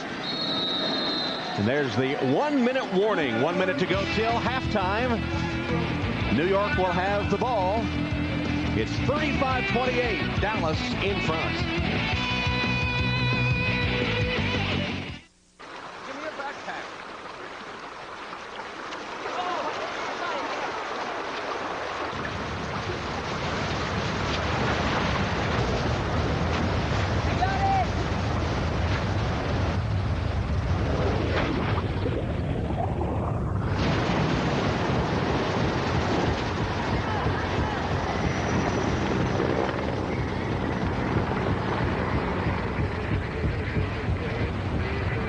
You go this way, I'll go that way. On February 7th, get ready for some wild nights. I call that one my Kung Pao chicken. Shanghai Nights, rated PG-13. You gelling? No telling how much I'm gelling. You gelling? You know I'm gelling. Hey, Ellen, you gelling? I'm gelling like a felon. You want some melon? Nah, but hey, I'm like mud gelling. I'm so gelling. Nice. Are you gelling yet? Dr. Scholl's massaging gel insoles are made from the softest gel ever created. If you and your shoes don't feel outrageously comfortable, you get your money back. Guaranteed. I'm gelling. You're not gelling. You're so not gelling. Are you gelling yet? Dr. Scholl. Look, feel, do better. NBC Tuesday, a special all-new, all-female Tuesday Fear Factor. Then Lilith's back. I want to have another baby. A Frasier baby? I'm gonna need some kissing. Plus the premiere of NBC's new comedy, AUSA. All-female Fear Factor, Lilith on Frasier, and the premiere of AUSA, NBC Tuesday. Gotta stop Garcia one time here. Gotta stop Garcia one time. Well, it's a very difficult thing to do. Haven't done it yet today. Jim Kubiak calling for the Dallas defense to stop Garcia one time. There have been no stops in the first half. Now remember, New York gets the ball to start the second half. Ideally, they'd like to score the last touchdown of this half and the first of the second. Flags will stop that play before it gets going. It's just one of those counterintuitive things when your team is trailing, which New York is now. You're kind of almost in a slowdown mode. I mean, you don't want to score too quickly here and give Dallas that last possession. Prior to the snap, false start, 82 offense. Also, please reset the clock for 1 minute even. Thank you. You're on top of it. An organic chemistry professor rewarding his student. There he is, right down here, moving a little bit early. Anthony Hutch. So Wes Fritz asking for the clock to be reset to 1 minute. It was before he even asked. Garcia stepping up, firing, and Doxson is down by contact, but another sparkling catch. This one by Todd Doxson. Yeah, this New York team has some very good wide receivers, and Mike Furry and Todd Doxson, both who share that, what they call their Z position. And you see all the room that he's got to be able to run. That entire middle of the field, the safety's got no help in front of him or behind him. So you should have a lot of deep completions. You'll see very few short passes over the middle because of those linebackers go. Doxson managing to hold on despite the hit for 25 yards. Garcia's pass to Pappen. Taken out of bounds at about the 14-yard line by Tim Denton. And for Aaron Garcia, as we mentioned, the offensive coordinator, the pace of this drive is absolutely perfect. 32 seconds left. He started with a little bit over a minute. And, if he can really do it right, he could score with about 2 seconds left. Kind of nice to have your offensive coordinator under center here. And not many times that you see a football game where the opposing defense says we got to stop their offensive coordinator. Second down and 5. That's Anthony in motion. Garcia goes the other way, and the catch is made. And then out of bounds, Doxson with 28.2 seconds. And stay with us at halftime. Al Trautwig joined by Michael Irvin and Glenn Parker in our AFL on NBC studios in New York. Michael Irvin's already taken credit for 4 or 5 receivers catches here on several different games. How many think by week 13? What's the over-under?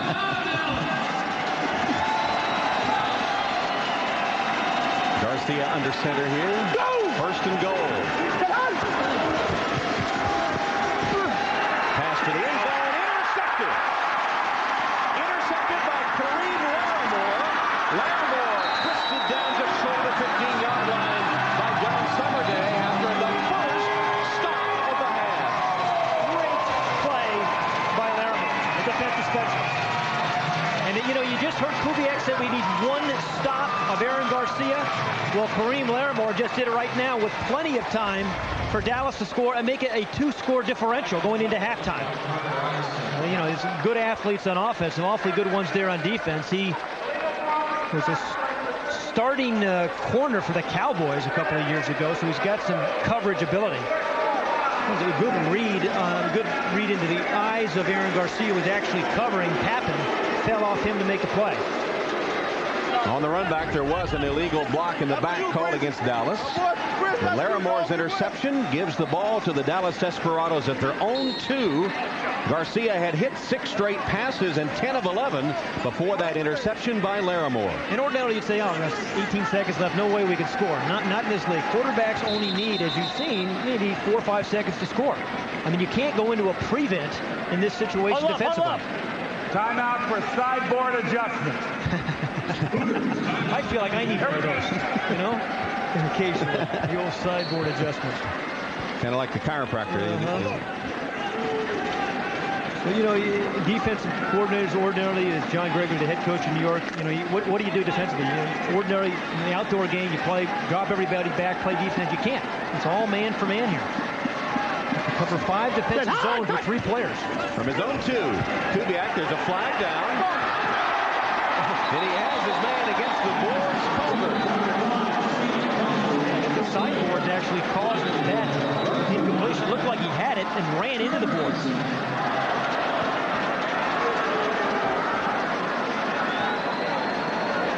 Sort out the penalty with 12 seconds left.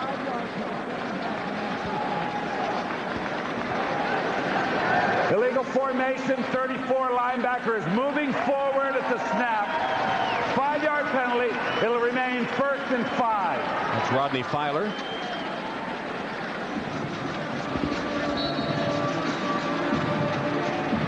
So the ball just across the 7. Automatic first down, 12.3 on the clock for the first half. Okay, and his big deep threat is Diallo Burks, number 18, who's up in here. Said automatic first down. It's repeat first down. Kubiak wide open. Pass across the middle. Caught by Shelley. And finally taken down at about the 16-yard line by Corey Blackwell. 25-yard gain and 3.9 on the clock. What a smart route by Jason Shelley, number 18. I mean, it's one of those option routes.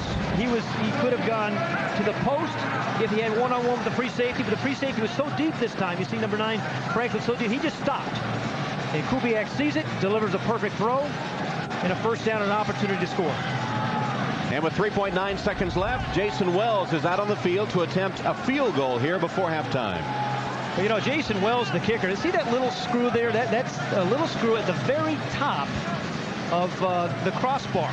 And Jason Wells, you know, he talked about focus. We talked to him yesterday about what he looks for, what he's thinking about. He's focusing about making this field goal, but he really looks at that screw. That is his aiming point. It's that small, which is pretty incredible. Every arena has that same little screw in that thing, and that's where he's aiming. Leading scorer in the AFL last season, has done a good job here in his first game of the 03 campaign, and he'll attempt, what's that, a 33-yard field goal. Is my math right on that? Louis! Purple! Wells with the kick. Dead on. Almost hit the screw. Enter him in a shooting contest. Take him to the shooting gallery at the State Fair. That little tiny screw, that's what he was aiming for, and it looked like he was right on the money. Wells with the field goal to bring the first half to a close and up the Dallas lead. Dallas up by 10 points now. The Dallas Desperados 38 and the New York Dragons 28 here at halftime. The big play was the only stop of the first half, the interception by Kareem Laramore. Let's go to Lewis. All right, Tom, thanks so much. Jim Kubiak, I'm wondering, what's the strategy in orchestrating that last minute before the half? Throw to the open guy and try to get out of bounds or call a timeout. We just wanted to get the ball down the field. They were in a real loose zone, so just threw it to the middle, forced us really to throw it in the middle of the field. And they got what they wanted. They got a field goal, but we'll take it. Now, listen, you were in charge of the offense, but I heard you had some words for the defense a little bit ago. What did you say to them? Aaron Garcia is a great player, and you got to hit him all the time. And, you know, when he gets hot, and I'm just telling those guys to keep rushing him. All right, Jim, thanks. Thanks a lot. Tom? All right, Lewis, we're going to head to New York. Al Troutwig, Michael Irvin, Glenn Parker in the AFL on NBC studio. An action-packed, offensive-minded first half. The AFL on NBC returns after these messages and a word from your local NBC station. Tonight, Get ready for something completely different. It's better than sex. Bring this to my house! My family's here! He wanted to be king. You think I'm weak? But to rule an empire, I think you've got some issues. he must first rule a family. I said I got to be El Rebuzo! Critics are already raving. Kingpin is the best new drama. Time magazine loves its attitude and edge, and Newsweek calls it excellent. Don't trust anybody. With limited commercial interruption, Kingpin, NBC tonight. Our giant truckload sale is back, and we're giving away up to $100 to everyone who switches to SunTrust. Don't you want me, baby? Hey, if having a bank that listens wasn't enough incentive, Don't you want me? Oh. $100 sure should be. Don't you want me, baby? Don't you want me? Hurry to the giant truckload sale at SunTrust before the music's over.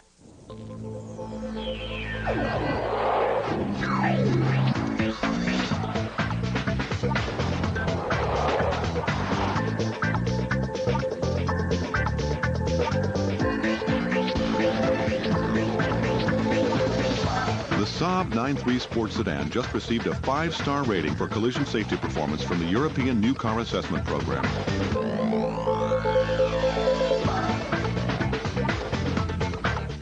Did you know that when you let Jackson Hewitt prepare your taxes, you can get money right away with a Money Now loan? Just walk in with your W-2 and walk out with money. So come on by, and I'll be happy to get you started. Just saw your commercial. What, this commercial? Yeah, and I'd like to get money now. This commercial? Yeah. Okay. Have a seat. The Jackson Hewitt Money Now loan. You can't get money any faster. 109 D.C. metro area locations. There's no line of communication more critical to your business, your workflow, your customers, and your success than the one that links them all together. And who can you count on for that? Verizon. For everything your business needs to stay in touch and get more done. So sign up now and get Verizon Long Distance in Virginia, special savings, and more. Call 1-866-YES-to-LD and move your business ahead. Verizon. Make progress every day. Barbara Harrison and Joe Krebs working for you on News 4 Today.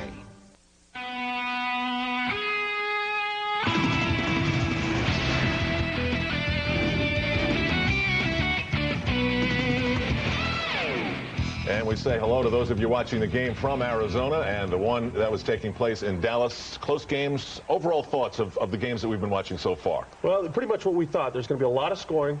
Defensive stops are going to be the most important part of this game. Can you get a stop, and can you get the possession going into half and coming out of half? Because that's the most important thing. You know, for a while there was an extra point missed in, I think, 3 out of the 4 games that were simultaneous. What was going on with the kicking, and what are your thoughts about kickers overall? You know what? Let me just say this first, because I don't want to sound like a homer here, but the best game is going on in Dallas. That is a great game, man. I'm watching it here, man.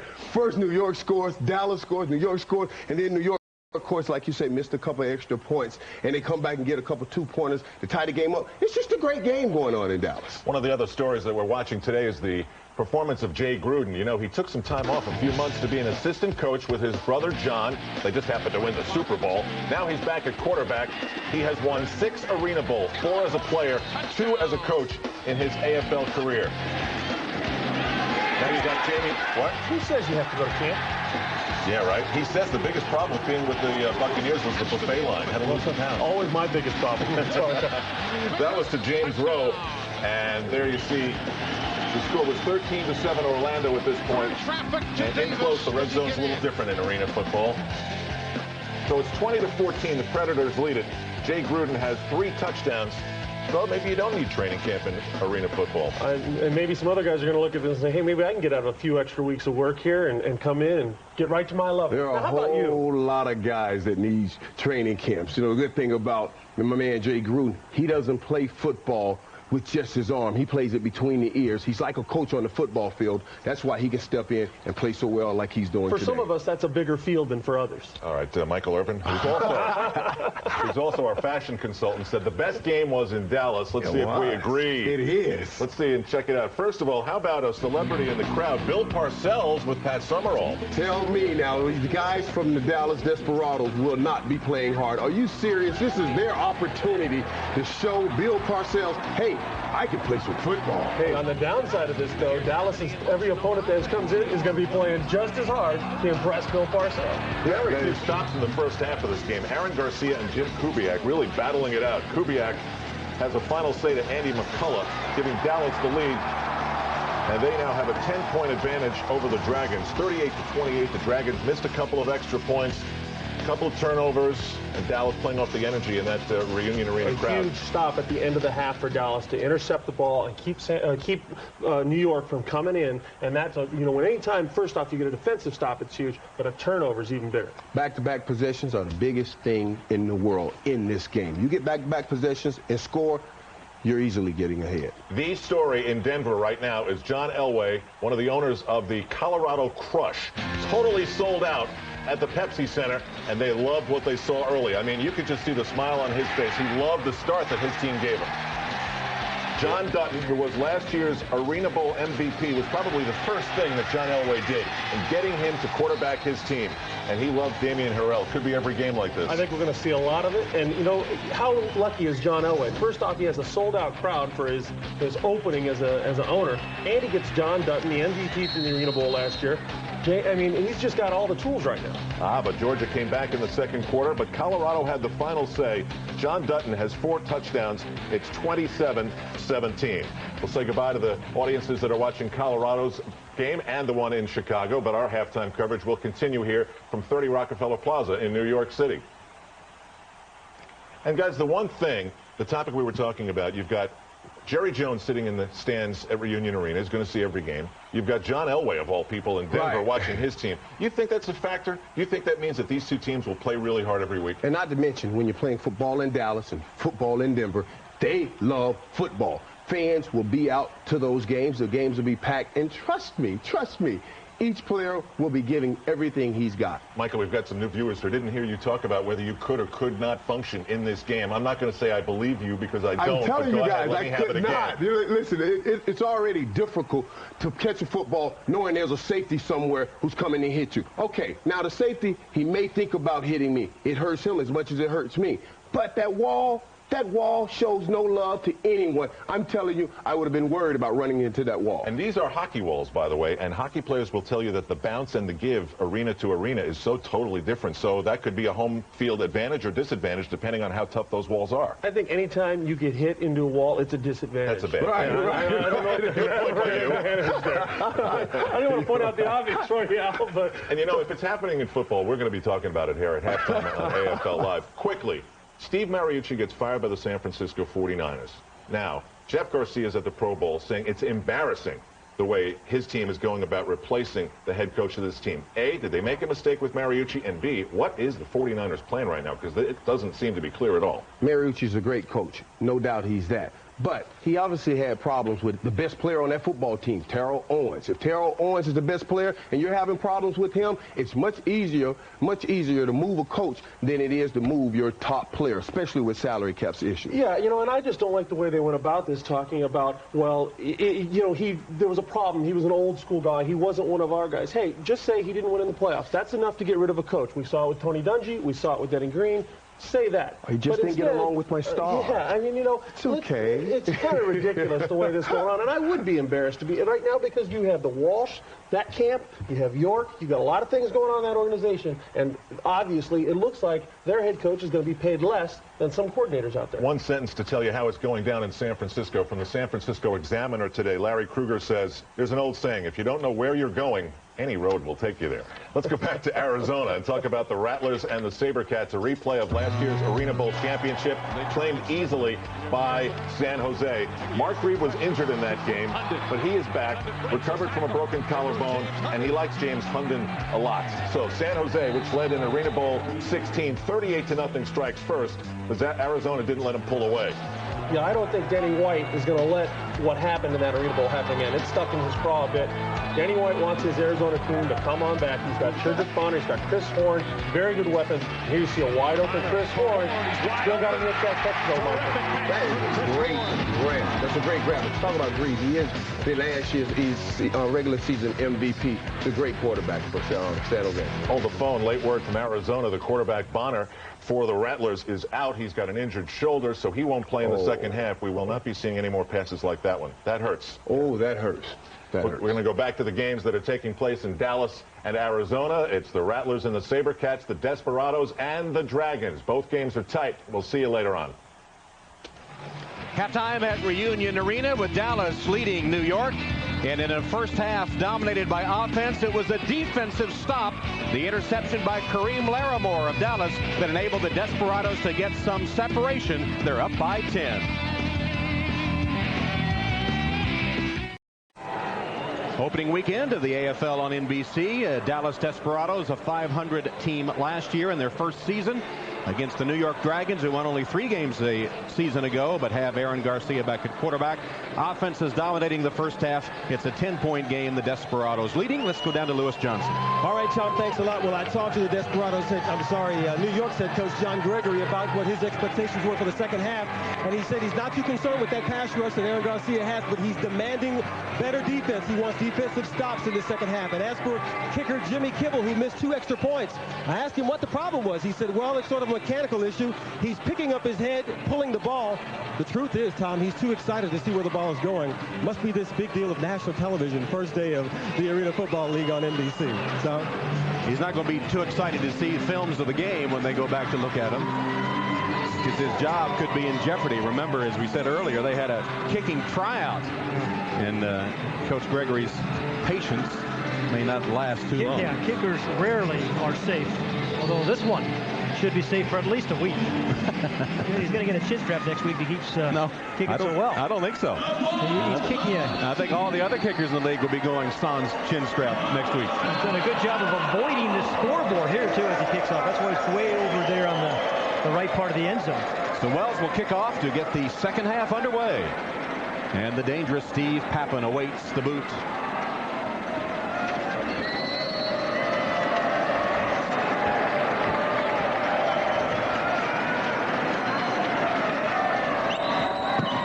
And there's the kick. Pappen sees it bounce off the net. He's got something here. To the 10. Oh, and the flag is down as he was just caught from behind. Andy McCullough saved it, I think. It was number 19, Andy McCullough, who stopped, because there was a little gap there for Pappen. And usually he sees that, takes it, and scores. And the flags came down early.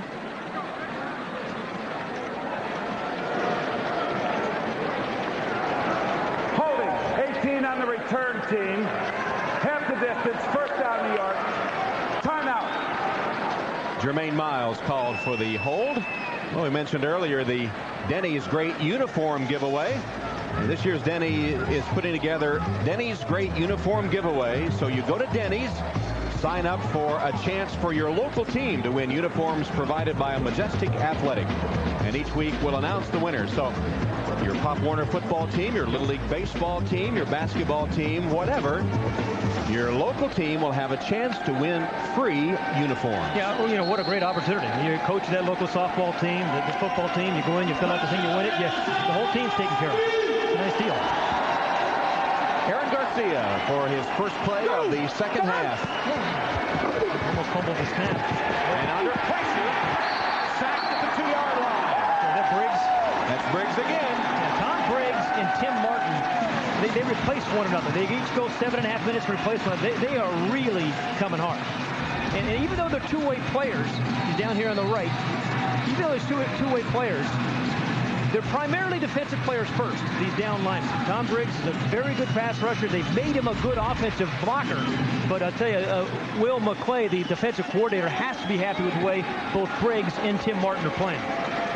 Back to the 2-yard line, second down and 15. Garcia rolling, strong arm, downfield, touchdown. I know it looks easy. It can't be that easy. The other thing, though, is Aaron Garcia still had a run out of pass rush. And, you know, Mike Furry, you know, he's played well, exceptionally well offensively, and he hasn't gotten beaten on defense much. What about the strength of Garcia's arm? So, you know, I saw him before the game kind of winging it a good 70 yards.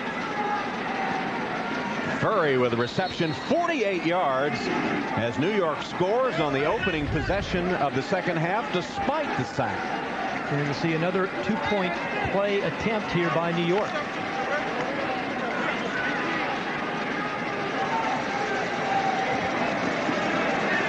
It's going to be Brown in motion on the two-point conversion. Garcia rolls, pass. Yes, caught by Kerry Brown, who went in motion. It's hard to tell sometimes if on the boards if it's a valid score or not till the official signals, and he puts his two arms in the air for the two-point conversion. Well, here he is right here, number 21, Kerry Brown. He is a new addition to this New York team. We talked to him last night. He said, boy, it's good to have Eric Garcia on my side. He was held, as you see, Mike Furry being held all the way down by Tim Denton. I don't blame him. It's tough playing defense. Furry looking good, and New York's within 2. Yeah, probably by 3. No, it was in the outline. It was. No. See, right. Lunch should be like recess. Put your pencils down and relax with a classic lunch at Denny's. Get one of our all-time favorite sandwiches, a heap of tasty fries, and a hot bowl of soup. It's a classic combination. Try a Denny's classic lunch and sit down for a real lunch break. Okay, count of 5. Just remember to play nice. Denny's, a good place to sit and eat. People everywhere are discovering a new way to protect their homes and families, all thanks to a new security system called SafeWatch EZ, only from ADT. Now you can arm your system with just the turn of a key. And with no codes to enter, SafeWatch EZ virtually eliminates accidentally setting off your alarm. Get SafeWatch EZ for as little as $99. Call 1-800-ADT-ASAP. ADT. Always there. Hey, did you know that when you let Jackson Hewitt prepare your taxes, you can get money right away with a Money Now loan? Just walk in with your W-2 and walk out with money. So come on by, and I'll be happy to get you started. Just saw your commercial. What, this commercial? Yeah, and I'd like to get money now. This commercial? Yeah. Okay. Have a seat. The Jackson Hewitt Money Now loan. You can't get money any faster. Okay, Aaron Garcia has had to run for his life in this ball game, but he's made some great throws, including this one. You know, give your athlete a chance. It's Mike Furry. And Joe Alvazano's watching. Wow. Come on, dude! Wow.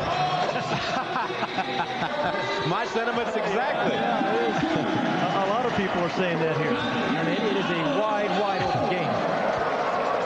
And now Kibble will kick off for New York.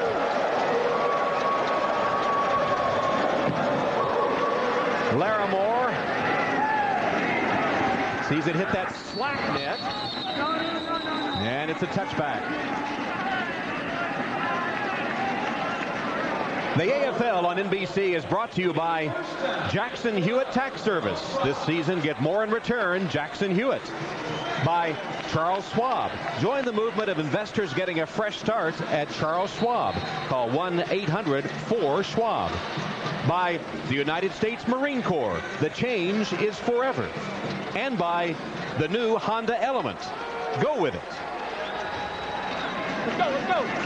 On the touchback, the ball at the 5-yard line for Jim Kubiak and the Desperados. Yeah, and New York needs to find a way to put a stop on these Desperados. Catch made by Culver. He swatted. Knocked out of bounds. Just short of the first down, or close to it. Yeah, a couple ways to get the stops. What you see a lot in this league is after guys catch the ball, those inside linebackers who have to stay close will race down and make tackles and strip the ball. Haven't seen that much yet today. But you can get it obviously through the interceptions, but more likely you see it from a hustling defender stripping a ball carrier and causing a fumble. They gave him forward progress for a first down. Ball's at the 16-yard line of the Desperados. Kubiak, short drop.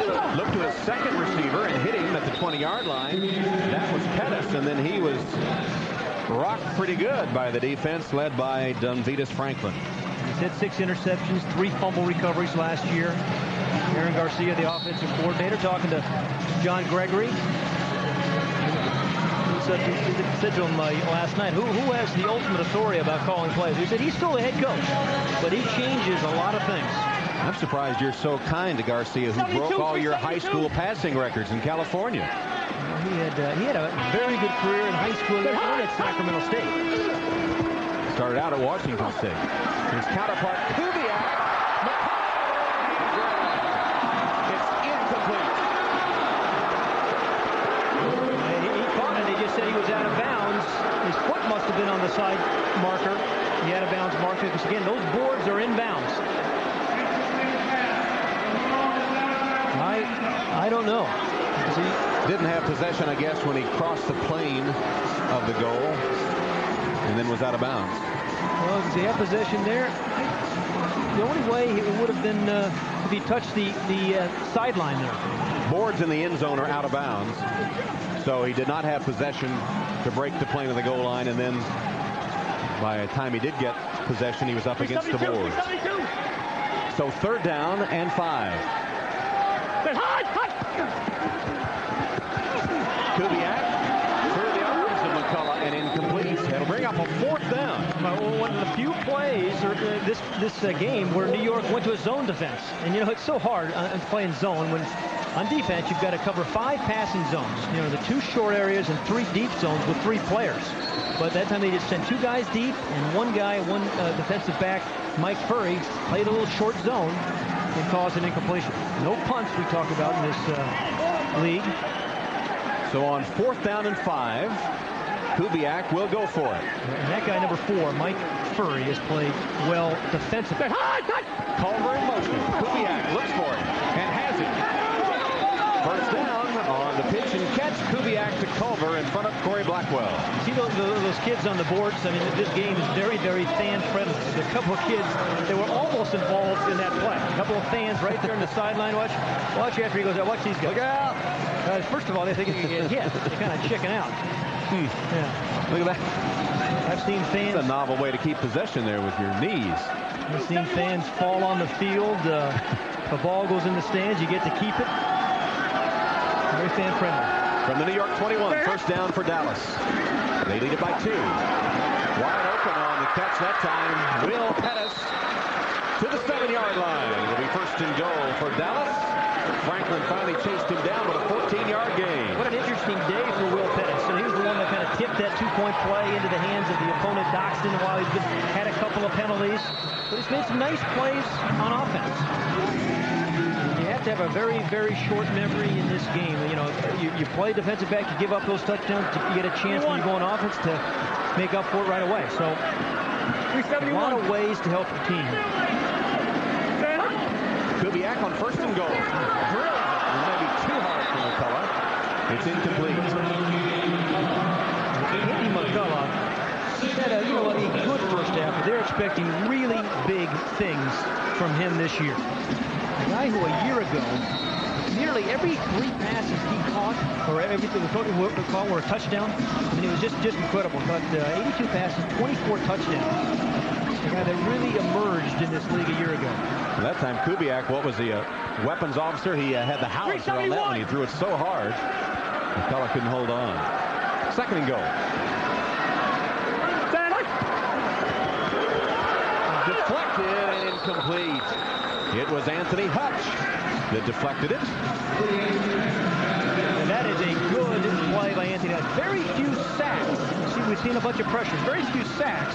But watch Hutch here, right here, get his left hand on the ball. And that's how you create one of those stops that New York desperately needs. Hutch was an honorable mention All-American selection, had 14 sacks at Murray State. The Racers. It's 3rd and goal. Ordinarily you say defense, hey, let's blitz. Only one linebacker can blitz. It's this guy. The Mike backer. Kubiak might have brought him offside and gets a free play. Over the head of McCullough. Check the markers. Miles, I think, came across too soon. That'll be an automatic 1st down.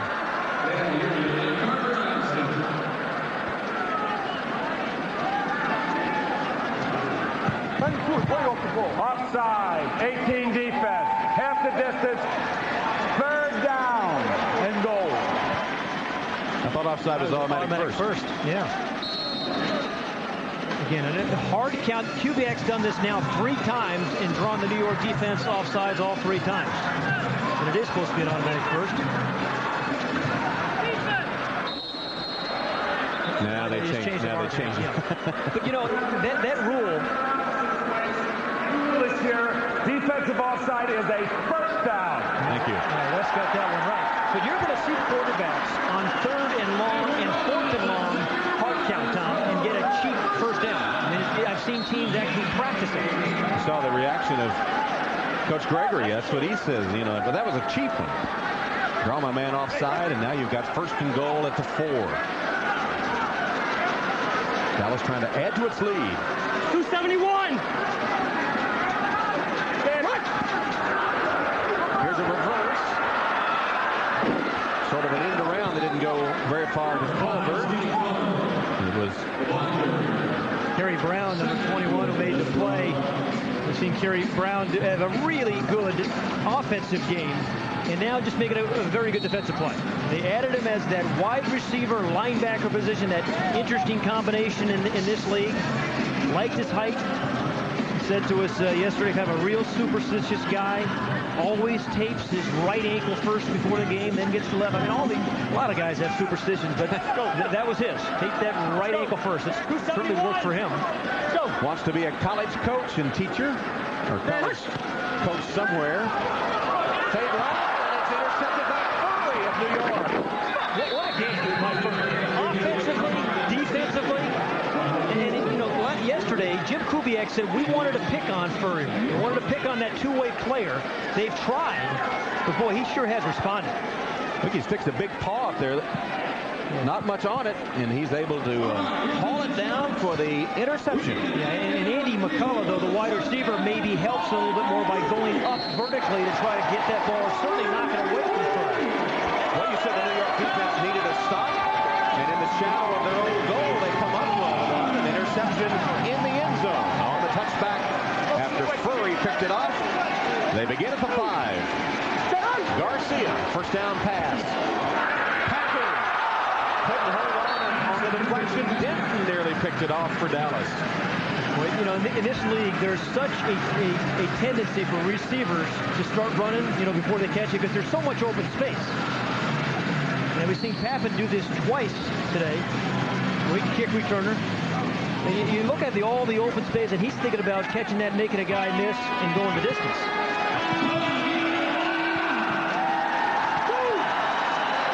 Second down. Garcia. Chase from the pocket, and he's going to keep it.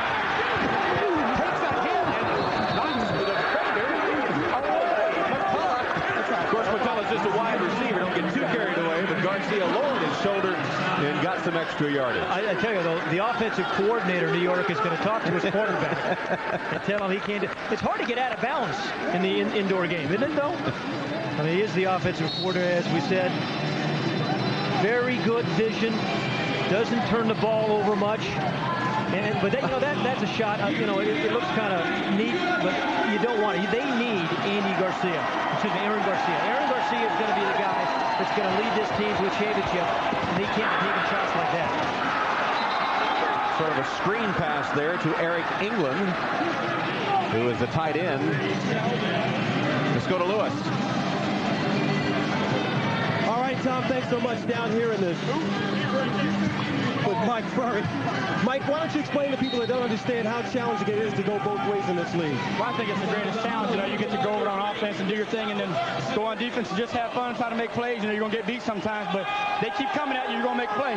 Everybody conditions in professional sports. Is yours any different because of the way you have to play this game? I think we're kind of a bigger professional. No, it's like, you know, the Deion Sanders or the Charles Woodson. All right, thanks, man. Tom? There's a flag down on that play. It looked like an obvious Pettis holder interference. Lewis knocked the guy into the board just to get over to Mike Furley. I saw actually Lewis get knocked down before the game into the boards. But Will Pettis has struggled at the corner position. Number 3 on the defense. 10-yard penalty. Automatic first down. And what you see in this league on defense, defense. Out of those 3 defensive backs, generally going to have 2 defensive specialists. Those guys are good cover guys. The other guy, and in this case, Will Pettis, is a two-way player, and offenses try to work on the two-way players. And he had his grab of his jersey. That's Chris Anthony, number 86. Easy call. 10-yard penalty, not a spot penalty in Arena League. Just under 3 minutes to go in the third quarter. New York trying to answer the Dallas score. Dallas lead as Garcia off his back foot for the end zone. Anthony was the intended receiver, and Pettis arrived about the same time as the ball did not get loose. I think it was a good play that time by Will Pettis. Yeah, well, you're going to get picked on. And you just have to find your moment to make a replay. And the ball goes into the stands, and the fan gets to keep it. Smith Anthony maybe gives him a little bit more room. It's an easy one. Anthony nearly went over the boards. And the fan keeps the football. A foul ball. After the interception in the end zone, New York trying to take advantage. Again for the end zone. Intended for Doxson. And uncatchable. There was some contact with Denton, but it's going to bring up a third down play. Coach John Gregory telling us that Aaron Garcia, his quarterback and offensive coordinators, they get together on the play call. Gregory suggests, Garcia suggests himself sometime. Gregory has the final word, at least he says he does. But of course the man under center is Garcia. He may have the ultimate final word. Well, they run so many adjustment routes, too. So even when you call some huddle, these wide receivers are going to adjust routes all the time.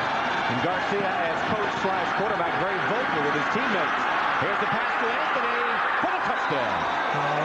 Poor tackle by Kareem Larimore. Larimore had a chance. He's the one that had that great stop at the end of the first half. The boy just missed an easy tackle on Chris Anthony. Watch number 1 in the blue jersey. Right there. Yep, arm tackle attempt. 21-yard touchdown as Anthony scampers into the end zone. And now the beleaguered Jimmy Kibble on to attempt the extra point. You know, they're 3 for 3 on the 2-point plays. They've been much more successful running 2-point plays than attempting extra points. Final seconds of the third quarter. Kibble's kick this time sneaks in. The left upright. And Kibble with the extra point good. Makes New York in front 43-38. Aaron Garcia finds Chris Anthony, the rookie from Iowa State.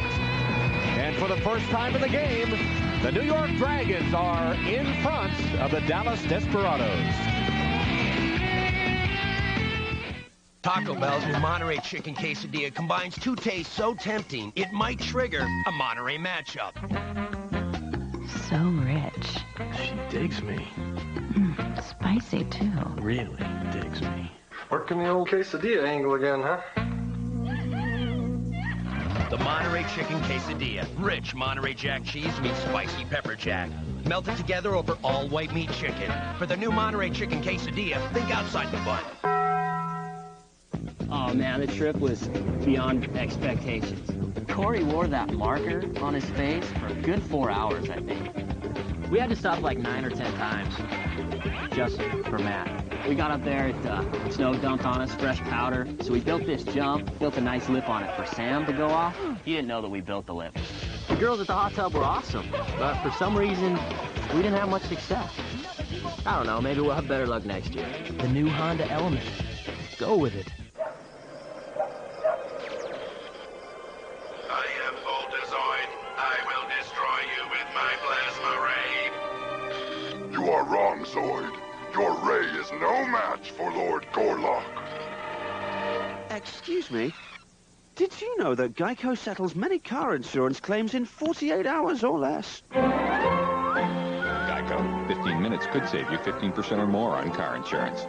Impressive, Green One. On the next all-new Law & Order Criminal Intent, Sunday's #1 show.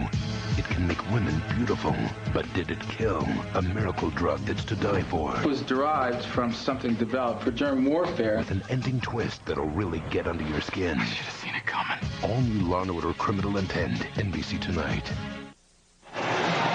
of members of the New York Dragons saying they expected better things from their team this season because of that man, Aaron Garcia, ready to play a full season. And for the first time today, Garcia with a touchdown pass to Anthony has the Dragons in front as Kibble is ready to kick off. Final seconds of the third quarter. Kibble's kick to Larimore off the net. Takes the funny bounce. And it's caught by Kibble to beat. And Kibble gets the job done. So the kicker forced into making a tackle and does it successfully to prevent the touchdown. 12.5 left in the third quarter. New York leads 43-38. Have you ever spent like 5 minutes with him? He's totally self-centered and insensitive. They just don't go together. I mean, she's my best friend. She has these emotional needs he can't meet. Remember what she went through with Brad? It's just like awful. And now he's the one acting needy. He's at the 50. He's at the 40. He's going to go all the way. Johnson breaking loose. The rookie's on fire. Wow, this kid's having a huge half. It's just incredible. You're such a great listener. Thanks. On February 7th, action speaks louder than words. Good, come on! What in our history together makes you think I'm capable of something like that? Shanghai Nights, rated PG-13. See it February 7th.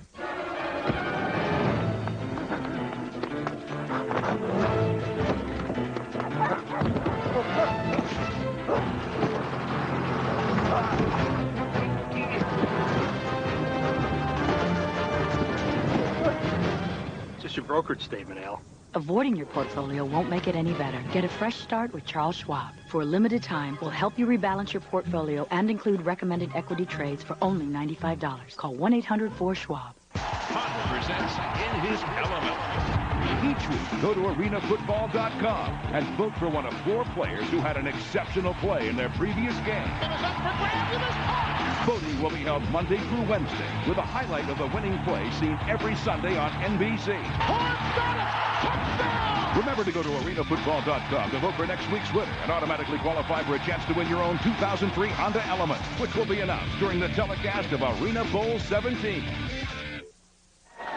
Let's go back to that kick return. And this is Shannon Culver here. This is Larimore here. Larimore gets the short ones off the net. And Culver, the long bounces. They call him the cleanup man. And, you know, well coached, you expect that of, Joe Albazano's team and special teams coach at heart. So that's a good play and good positioning by Shannon Culver. It was nearly a scoring play. Kibble, the kicker, prevented the touchdown. Kubiak's pass on target. Shannon Culver. The out of bounds around the 5-yard line. As the third quarter comes to a close. Aaron Garcia has led the New York Dragons from behind to take the lead after 3 quarters at Reunion Arena in Dallas. New York 43, Dallas 38. We'll be back after these words from your local NBC station. You're watching the AFL on NBC.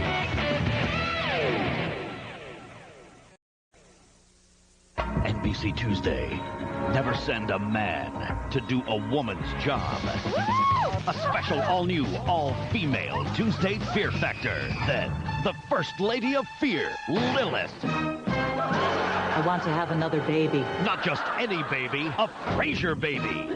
Good God. Plus, the premiere of NBC's new comedy, AUSA. All-female Fear Factor, Lilith on Frasier, and the premiere of AUSA, NBC Tuesday. Their signs say homeless, disabled, veteran. But how do you know what the panhandler's real story is? In a News 4 hidden camera exclusive, a surprising look at how some panhandlers operate. The business of begging. Monday only on News 4 at 11. The giant truckload sale at SunTrust is back, and you could save hundreds on our home equity line.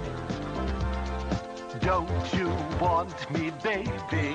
Hey, if having a bank that listens wasn't enough incentive, don't you want me? Oh. Saving hundreds sure should be.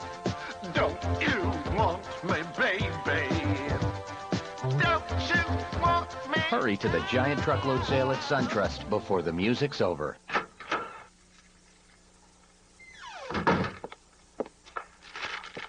Dinner's ready.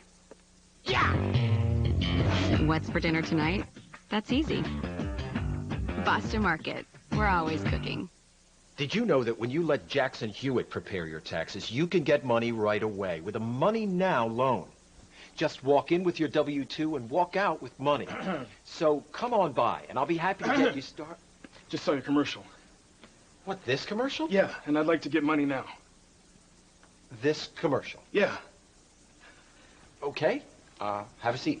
The Jackson Hewitt Money Now loan. You can't get money any faster. 109 D.C. metro area locations. Chopper 4, working for you. This copyrighted telecast of the Arena Football League may not be retransmitted, rebroadcast, or reproduced without the express written permission of the AFL and NBC. Start the fourth quarter in Dallas with New York leading, and New York defensive coordinator Scott Maynard sees his stop units backed up to the 5-yard line. It'll be first and goal for Dallas. Exactly what defense they coordinate, I don't know. Everybody gives up a lot of points in this league. That's a tough name, huh? Defensive coordinator. Motion man was Burke. The run play by Alexander results in a Dallas touchdown. And that's 3 rushing touchdowns. From the 4 rushing touchdowns by Dallas in this ballgame. Highly unusual. Again, real good block there on the inside linebacker, the Jack linebacker, which is 21 Kerry Brown.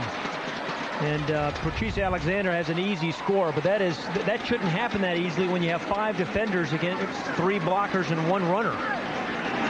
Jason Wells for the point after. Wide!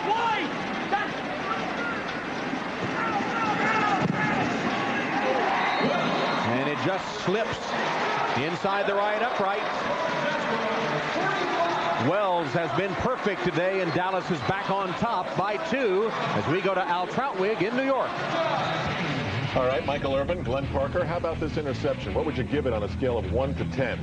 It doesn't get any better than this, Al. And DBs usually don't make these kinds of catches, make that kind of catch. I give it a 10. I give it a 9.7. There's a lot of football left to be played. Something's going to be better. You always just want to start things up. But Georgia has just scored a touchdown. Colorado, owned by John Elway, leads it by 3 early fourth quarter. All right, Al, and here Garcia had to lead briefly, but Aaron will try to put the Dragons back on top. He'll be getting the football next. Let's go to Lewis. Hey, Tom, I was talking to Steve Pappan, the New York offensive specialist, on why he has not been able to break off a long run today. You know, he's run for thousands of yards. He said that Joe Avezzano, with that special team coaching ability, has his guys prepared. He said the Dallas kicker, Jason Wells, is putting the ball between the nets so he can't get it. And when he does, there are 2 or 3 blue shirts around him. So he wants his guys to block better, but he believes before this game is over that he's going to run one back for a touchdown. Tom? Well, he's got 13 minutes and 40 seconds, and here's his next chance. Fan bats it back onto the field. That's a touchback. You know, what Peyton said to us yesterday was, all you need to do, my teammates, if they can block for 1.5 seconds, really just block 6 guys. He said, I'll handle one of the big guys. I'll make one of the big guys who have to cover miss, and I'll make the kicker miss. So just block them for a little, just glancing blow, and I can score. But very good coverage by Dallas thus far today. Well, you know, because you have those two-way players, some of those big linemen have to play special teams covering kicks, and you don't even have to block them, just make them miss. Don't block the fat guys. Pappan's in motion, and it's broken up by Larimore. Pappan was the motion man, goes downfield, and Larimore breaks it up. Kareem Larimore has made a couple of very good plays with good closing speed. And that's what a defensive specialist should be able to do. That ball was in the air a little bit too long. Garcia had to throw it off his back foot again. The ball was in the air quite a ways, and that gave him the closing speed, the closing time to get there. Garcia with 6 touchdown passes in the first 3 quarters. So in a 16-game schedule, that'd be 128. That math is impeccable. Garcia from his own end zone steps up into the pocket and finds Furry. There's a flag down as Furry is pushed to the turf by Denton. Like Tom Briggs got a quick jump at left defensive end.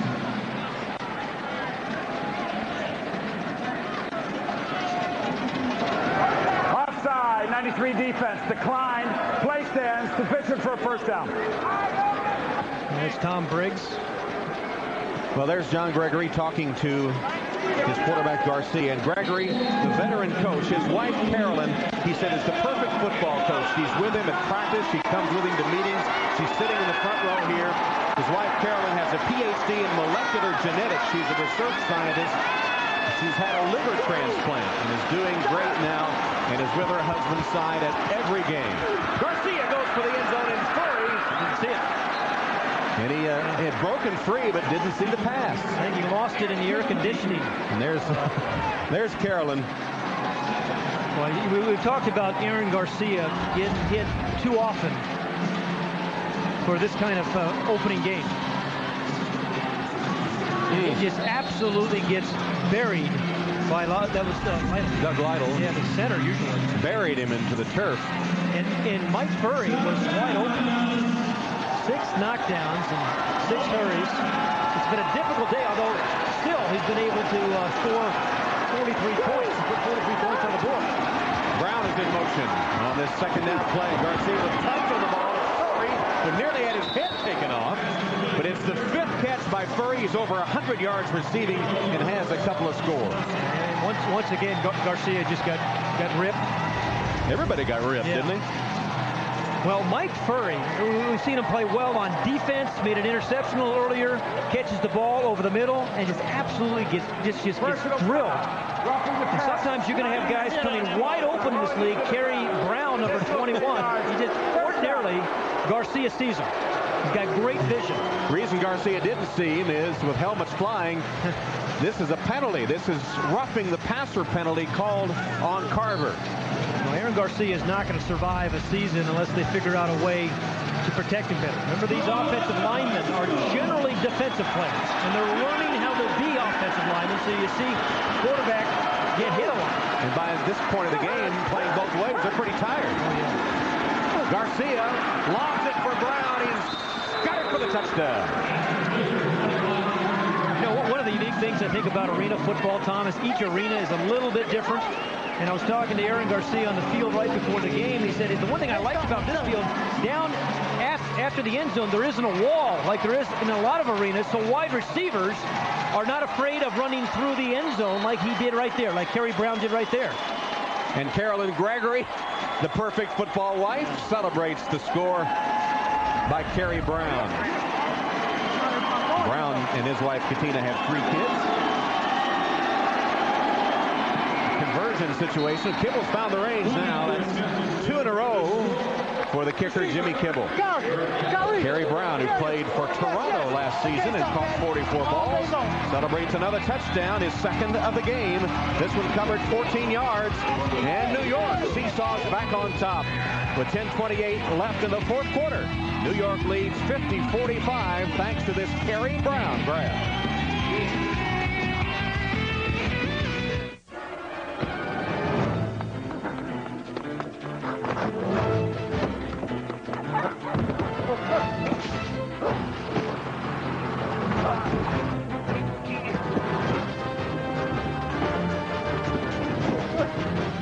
Just your brokerage statement, Al. Avoiding your portfolio won't make it any better. Get a fresh start with Charles Schwab. For a limited time, we'll help you rebalance your portfolio and include recommended equity trades for only $95. Call 1-800-4-SCHWAB. Give me your backpack.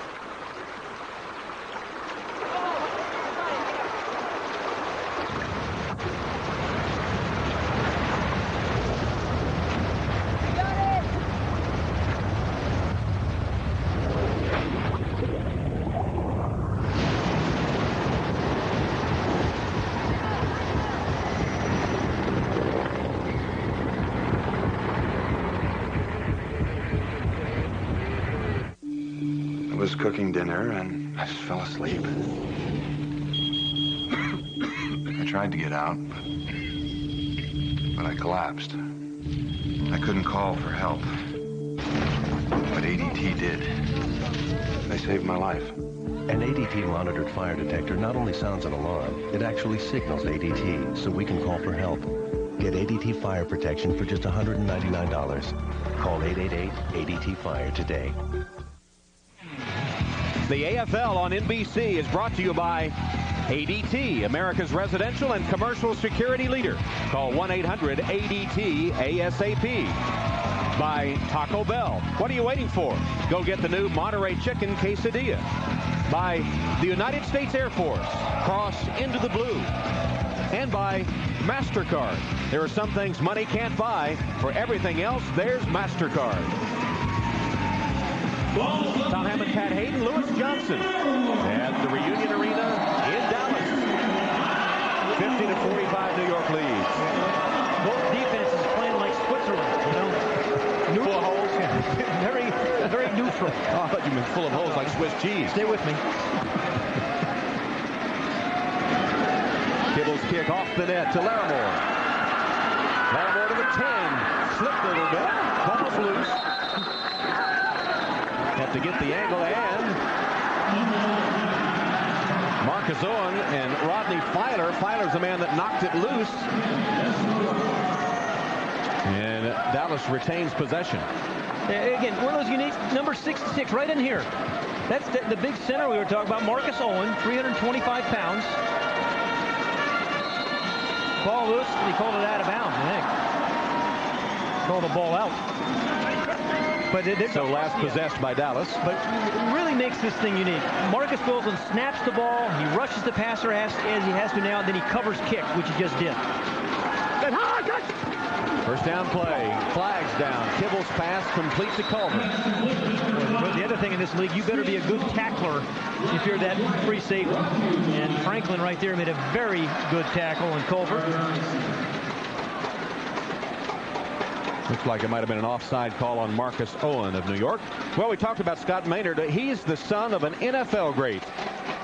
It's Don Maynard, who played 13 of his 15 years in the first AFL as a member of the New York Titans and the New York Jets, 1960 to 72. Of course, a key part of the Jets championship team in Super Bowl III on the receiving end of those Joe Namath passes, and in the Pro Football Hall of Fame 1987, and on hand today here at Reunion Arena to see his son Scott coach the New York defense.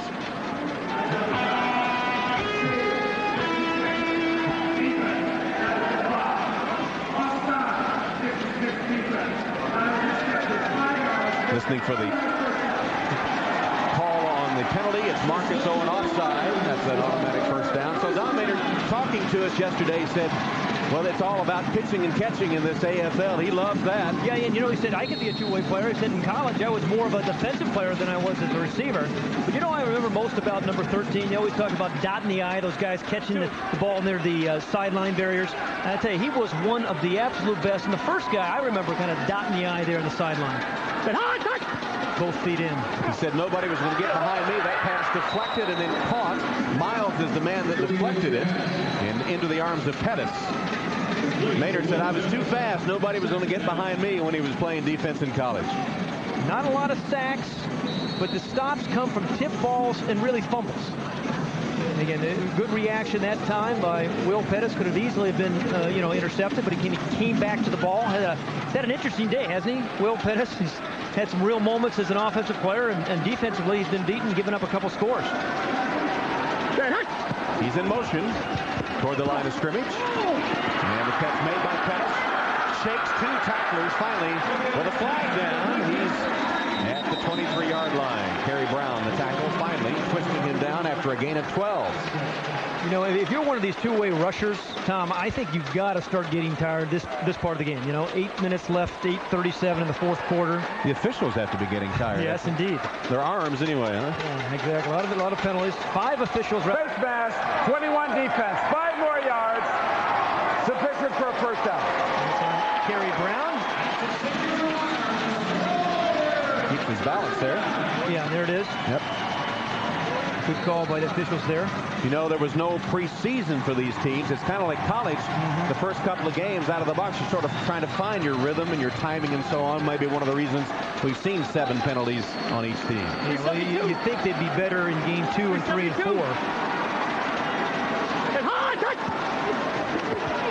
Kubiak's pass caught at the 5-yard line. Caught by Pettis now. And they say it's incomplete with Franklin defending. It looked like an awfully good catch by Will Pettis.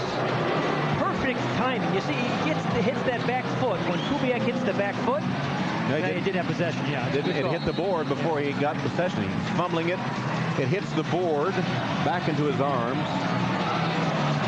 He's out of bounds when he finally gets possession, laying on the out-of-bounds line. No, but this game for a quarterback is not as much about arm strength, Tom, is getting rid of the ball on time. And Jim Kubiak has done a terrific job of delivering the ball quickly. Here's Kubiak again, going for the end zone. Easy touchdown that time for Culver.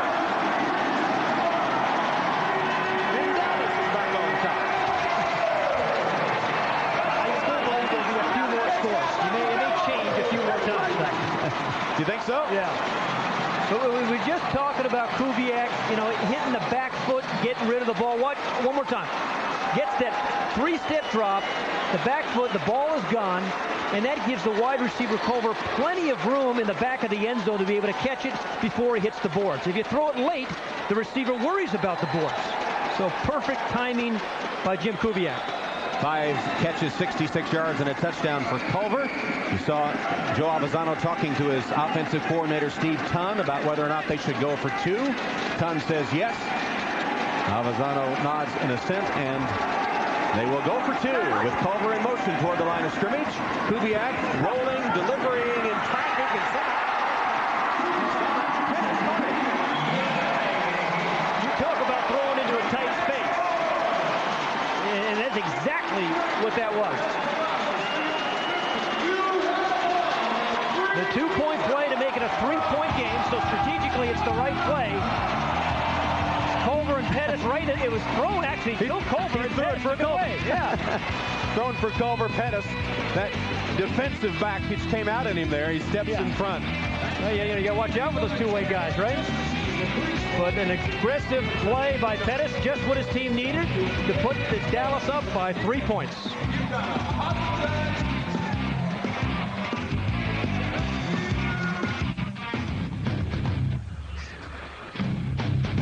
If someone wrote a book about your life, would anyone want to read it? The stories of tomorrow are being written today in the U.S. Navy. You'll do more in a few years than most people do in a lifetime, if you're ready. Check out the Life Accelerator at Navy.com. Navy, accelerate your life. Owner of a Major League Baseball team. Big league income. Hey, kid. Off the field. The internship that could get you there. Priceless. Apply for an internship with the Cardinals or the Mets. Go to MasterCard.com. On February 4th, the Ultimate Athletes will take you on the ultimate ride at the X Games with ESPN's Ultimate X on DVD. This guy's crazy. Own it on DVD and video February 4th. Rated PG. What if the new Kia Sorento was in a race against the other SUVs? Who would win? The little ones would be left in the dust. Some just too honking huge. Others would be afraid of getting dirty. And the rest, they'd be distracted by the wads of cash we save. The midsize Sorento with a 10-year warranty won this unbiased race. After all, it is our commercial. Right now, get 0% financing on the new Kia Sorento. I'm Brian Williams at the Johnson Space Center in Houston, where it was confirmed late today the President and Mrs. Bush will visit on Tuesday for a memorial service for the 7 shuttle astronauts. On the ground in this region today, the effort was to find the pieces of debris from the shuttle wreckage. I'll be with you later on for NBC Nightly News, and a reminder, Tom Brokaw will anchor a special edition of Dateline NBC this evening. Now back to Tom Hammond in Dallas. All right, Brian, at Reunion Arena, this area hit hard by the Columbia tragedy. Of course, many of the families live in the Houston area, and many here in the Dallas area witnessed the accident yesterday in the skies above this city. Dallas will kick off, having regained the lead 53-50 over New York with 6 minutes left in the game. Pappen off the net, gets a good Karam, has a lane. Pappen breaks by 1 man. What a beat! Pushed against the boards and ruled out of bounds. He's inside the 10. Jason Wells who pushed him out, the kicker. So terrific play by Jason Wells, who's kicked well and then makes the stop here. Watch number 9, Franklin is protected here. Franklin's gonna chip the defender there. That'll give Papen a chance to get in the open. And then you have to be a good tackler, even if you don't wear a chin strap in this league. There are some kickers in the league, Tom, who have incentive contracts that they don't give up a touchdown, they get bonuses. And Wells smartly using the boards as another defender and pushing it against it. Here's Garcia, sacked at the 15-yard line by Pegues. And Garcia playing a little hurt. Let's check in with Lewis Johnson. That's right, Tom. Concerns on after their last offensive series. Garcia coming over, showing some favoritism to his right hand. Garcia indicated to me that last time he was on the bench that he took a helmet to his right thumb, but that he would be okay and continue to play. Tom? And the trainers actually put some spray on there that freezes that right thumb. Chick Hearn used to call "Don't hurt no more." but that is the most important finger when you're throwing football. You need a lot of thumb pressure to be able to go up and throw a ball. Garcia pumps once and then finds his receiver. It's caught by Chris Anthony, and he's to the 5-yard line. Garcia has thrown 7 touchdown passes today and 1 interception, over 280 yards. Yeah, he's been sacked. He's been hurried. He's hit his hand on helmets. He's called a good game. He has seen the field very well. When he's had to, he's kind of escaped from the pocket. And you can see why, the New York is so happy to have Aaron Garcia back. He makes them one of the best offensive teams in the league. 3rd and goal from the 5. Garcia. Flush from the pocket. He's going to run with it. And now pass is incomplete.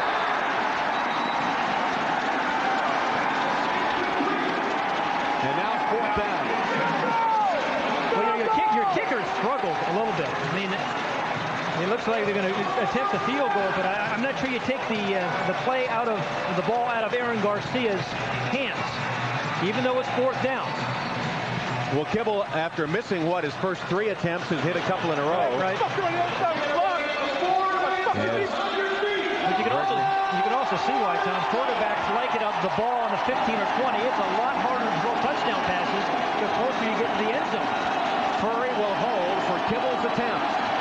21 yards. Kibble sends it up, and it hits the iron. It's a live ball. Finally goes out of bounds. Hits the boards. And the kick is no good. The field goal attempt to tie the game, no good. Kibble said it hit inside.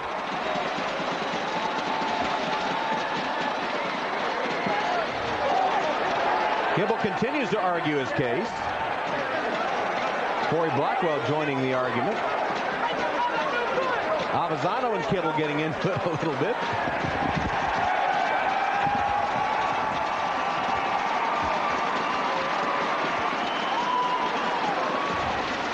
And Jimmy Kibble's had a rough afternoon, arguing that one should have been ruled good. Well, they have an official, I believe, right underneath the crossbars. In the uprights, excuse me. Here's another look at the kick. John Gregory is out at the 10-yard line, arguing. To go through. Hits it. No, it hit the top. Yeah. Careened off the left upright and hit the top of the very top of the crossbar. Predictably, Joe Avizano is waving it off. Hits the upright and then bounds. Back what looks like right in between the uprights, right? Right. This is the very top crossbar. John Gregory says that should have been ruled good. Let's look at it again.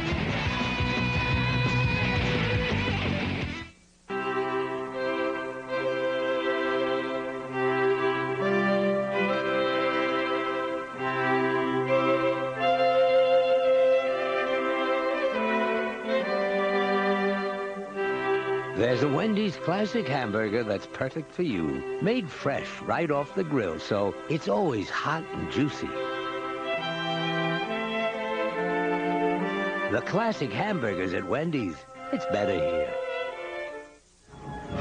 On February 4th, the Ultimate Athletes will take you on the ultimate ride at the X Games with ESPN's Ultimate X DVD featuring all new bone-crushing extras, including up-close profiles, trick breakouts, and medal moments. The only degree I have is anger management. ESPN's Ultimate X. This guy's crazy. Featuring music by POD, Incubus, Third Strike, Pennywise, and OPM. Hardcore. Own it on DVD and video February 4th. Rated PG.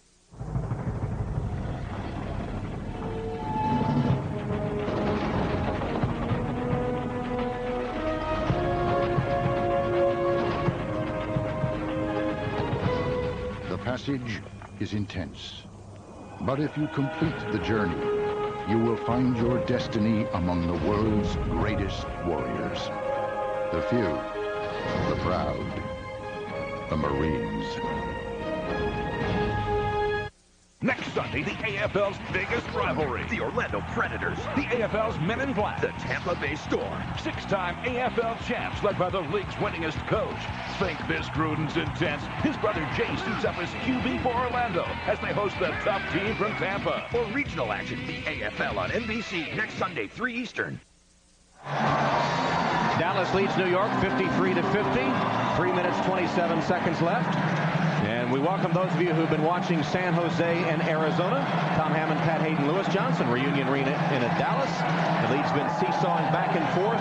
Dallas leading by 3 after this controversial field goal attempt just a moment ago. Here's the field goal attempt. It's going to hit the left upright, but it actually goes through and hits the net. That ball is through the uprights. Should have been a field goal attempt. It actually hit a second crossbar up top, but that's past where a field goal should be included as good. So I think a very incorrect call. Jimmy Kibble does, too. He's the kicker. Right. And so did his coach, John Gregory. So Kibble, who's had a rough day, was... made a great tackle moment. Yeah, he did save the touchdown. Yeah. Struggled on the extra points. So Jim Kubiak, the quarterback for Dallas, takes over, and Culver cannot hold on. And let's go back to our NBC studios and Al Troutwig. Hey, Tom, for about an hour, John Elway's Colorado Crush had a 10-point lead. Then all of a sudden, late in the game, things got dicey. John Dutton fumbles, and then Tyrone Jones, his second straight touchdown pass. You see the reaction of Elway from Donnie Davis. It proves once again, guys, life in the AFL isn't permanent. Elway is getting his money's worth. He's elated, then he's upset. He's enjoying this. Hey, he's the comeback king. You ought to expect it. 37-33. Elway's into his 2-minute drill. Back to you, Tom. Time to see Shannon Culver on the reception from Jim Kubiak as he shoots it downfield for 40 yards. I tell you, you don't want to go out and get some popcorn because if you do, you're going to miss about 4 different scores. Now, you know, the biggest difference in this game so far, Tom, is Kubiak is not getting rushed. He is not getting hit. He's got plenty of time to find open receivers as he did Culver there. On the other hand, Aaron Garcia is getting walloped. And the attendance of 13,579 here at Reunion Arena, cheering their Desperados. Inside 2 minutes now, approaching the 1-minute warning. And Dallas trying to add to its 3-point lead. Kubiak's pass.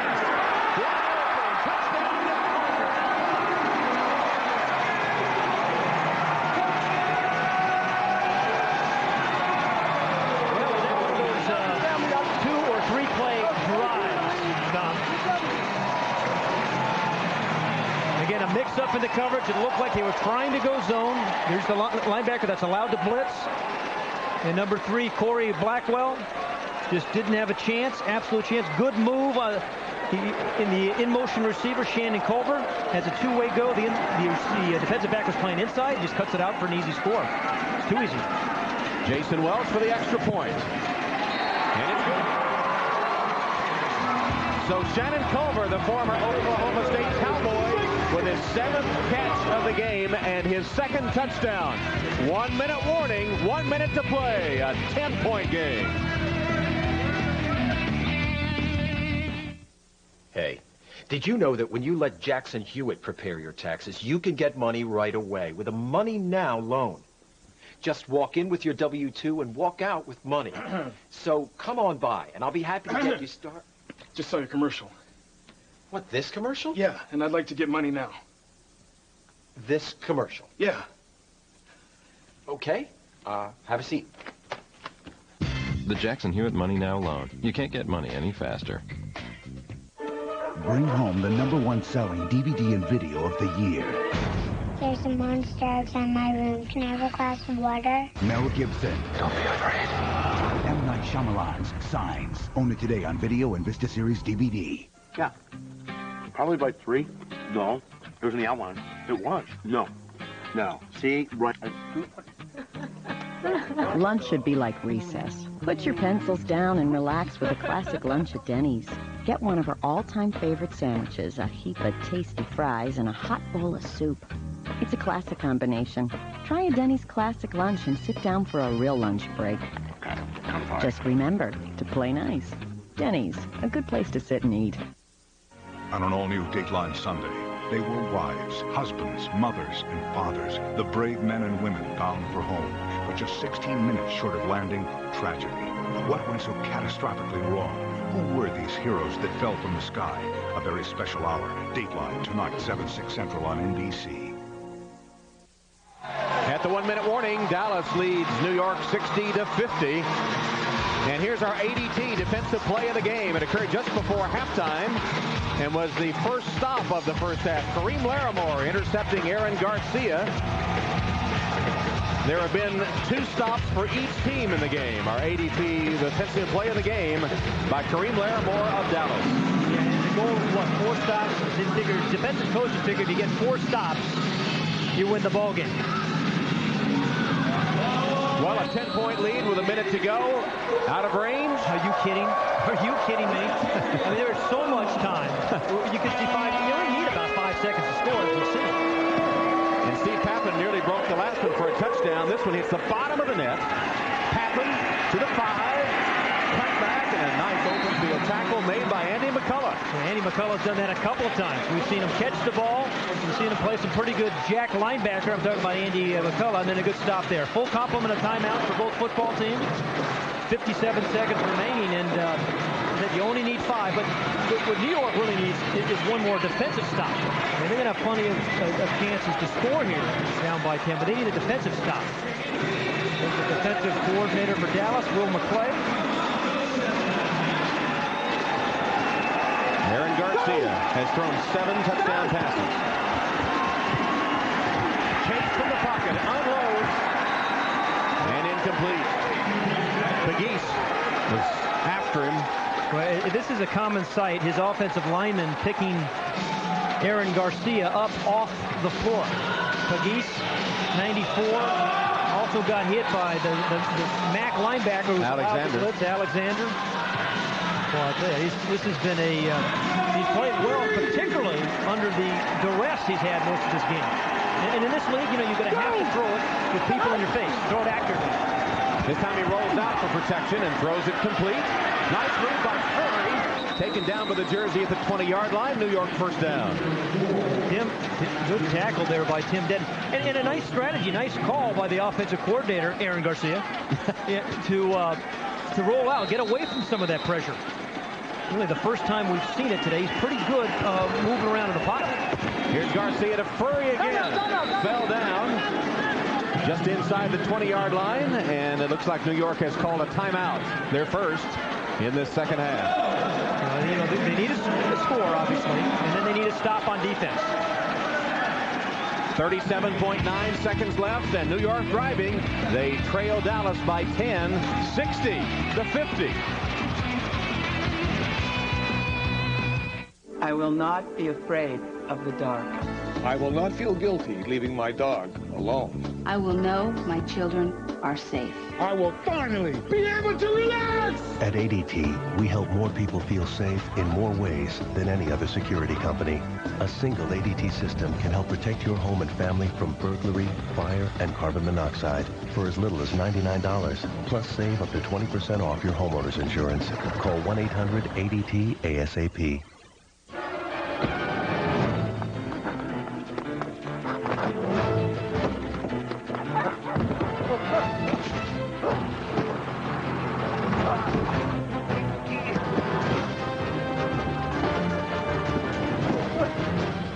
your brokerage statement, Al? Avoiding your portfolio won't make it any better. Get a fresh start with Charles Schwab. For a limited time, we'll help you rebalance your portfolio and include recommended equity trades for only $95. Call 1-800-4-SCHWAB. Monday on an all-new Third Watch. It's okay, baby. A daughter and a sister will fight for their lives. And catching the man responsible... Who was it? ...will become personal. What are you doing to my sister? It's the most shocking takedown of the season. All-new Third Watch Inferno, NBC Monday. Come on now! 37 seconds! Make him use the clock! Dallas coach Joe Avizano calling for his defense to make them chew up some time. Dallas leads by 10. Both quarterbacks have thrown for over 300 yards in this game. Garcia and Kubiak. Go! Get on! First down play for Garcia. Complete and a big hit to Kerry Brown. The clock keeps going. Larimore. John Gregory, the head coach, asking for a timeout. And it stops the clock with 29 seconds. And again, now they've used 2 of their timeouts, Tom. And as we've said, down by 10, they need to score, but then even more importantly, make a stop. This is one I think you need to be start throwing the ball downfield. And these kind of plays play right into Dallas's hands. And Joe Avizano loved that play. So the Dragons down to their final timeout with 29 seconds left. And as we said before, it's easier to throw the ball into the end zone from the 15-yard line than the 5-yard line. So I don't understand any short throws from this point in. I think give your wide receivers who've had a wonderful day as much room as you can. 8-yard end zone. Murray would be a likely target in the end zone. He's had quite a night as a receiver. 7 catches, 125 yards, a couple of touchdowns. Garcia lost it to Brown. Collared by Greenwood inside the 5-yard line. That'll stop the clock inside a minute because they got the first.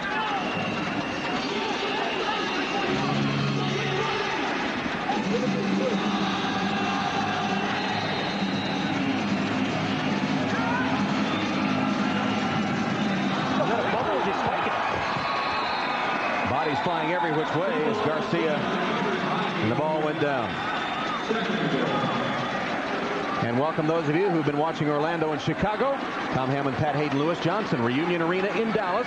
Fourth quarter, 15 seconds left, and the Dallas Desperados leading the New York Dragons by 10, 60-50. New York has the ball at the 6-yard line of Dallas. Need 2 scores, but they just used their last timeout. So, you know, they're going to have to really make something happen on defense, assuming they get the ball in the end zone here. And this is where Aaron Garcia would like to use, you know, some of the physical traits of Kerry Brown, all 6'4" of him. This is one of the reasons they brought Kerry Brown into their franchise this year, because of his height. Throw him the fade, throw him the slants. Plays wide receiver in that jacked linebacker. It would be bittersweet for Garcia to have thrown 7 touchdown passes and lose the game. Kerry Brown is wide to the right. Furry in motion. Garcia rifles it, and it's deflected incomplete at the line of scrimmage. With 11 seconds. Yeah, terrific play inside by Patrice Alexander. I think was the one who got his hand on it. That time, you know, good defensive strategy by Will McClay and Joe Avizano's team. They didn't send that one linebacker, which was Demack. He only blitzed one of the 2 inside linebackers. That time he stayed at home, jumped up, and tipped the ball. 3rd and goal with 11 seconds. Go! Garcia for Brown, who is down in the end zone, and the flag flies. Tangled up with Greenwood, and Greenwood took him to the turf, but only 7 seconds are left. Into this drive, you know, we said you only need 3 or 4 seconds to score. It's taken too long for New York. And pass interference, 23 defense, half the distance, automatic first down. And the Desperados defense have really milked the clock. I mean, usually an offense does that, but this time the defense does. Well, that's what Joe Avizano called for. The obvious pass interference, but it's not a bad play, though. No, only 7 seconds are left and made him use 4 seconds. Absolutely. And it gets tougher and tougher to complete passes as you get closer to the goal line. Garcia's pass to Frey, can't hold on. Took a big hit, and it falls incomplete with 4 seconds.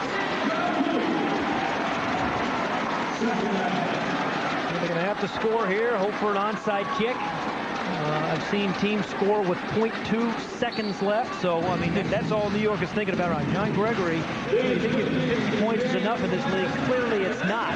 He needs a quick score and then an onside kick recovery.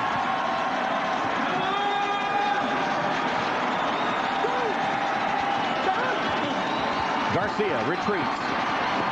Taking too much time. Finally gets the touchdown to Brown. Kerry Brown, but I think time has run out. Yes, it is. That's it. 8 touchdown passes and you lose. Wow. Aaron Garcia has thrown 8 touchdown passes, and on the other side of the field, Joe Abazano's doing the victory dance. You know, guy, he said he's disappointed the Cowboys didn't retain him, but he likes this opportunity of being a head coach of the Dallas Desperados.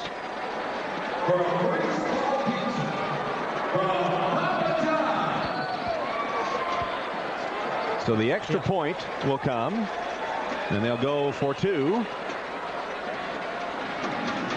Well, time has expired. Yeah, they will go for the 2-point play. The clock shows nothing but zeros. It's too bad they aren't in field goal range to try a drop kick. You get 4 points you for get a drop 4 points kick. for a drop kick. You're right. League. They'll go for 2. Flagged it. 5 yards. We'll attempt the extra point from the 7.5. That's better. Get more room. Today's MVP, the most valuable player, your quarterback, number 12, Jim Kubiak. The game is over, but they'll play it out. Dallas was a 5-point favorite. Go! Garcia's 2-point conversion. Larimore gets his second interception of the game. And he's ruled out of bounds. And that will officially bring the game to a close as the Dallas Desperados, behind their quarterback, number 12, Jim Kubiak, and their second-year coach, Joe Abazano, win their opener over the New York Dragons. With 10 minutes left in the game, New York led 50-45. But Dallas, down the stretch, manages to get the victory. Let's go down to the game MVP, Jim Kubiak, who is with Lewis Johnson. Lewis?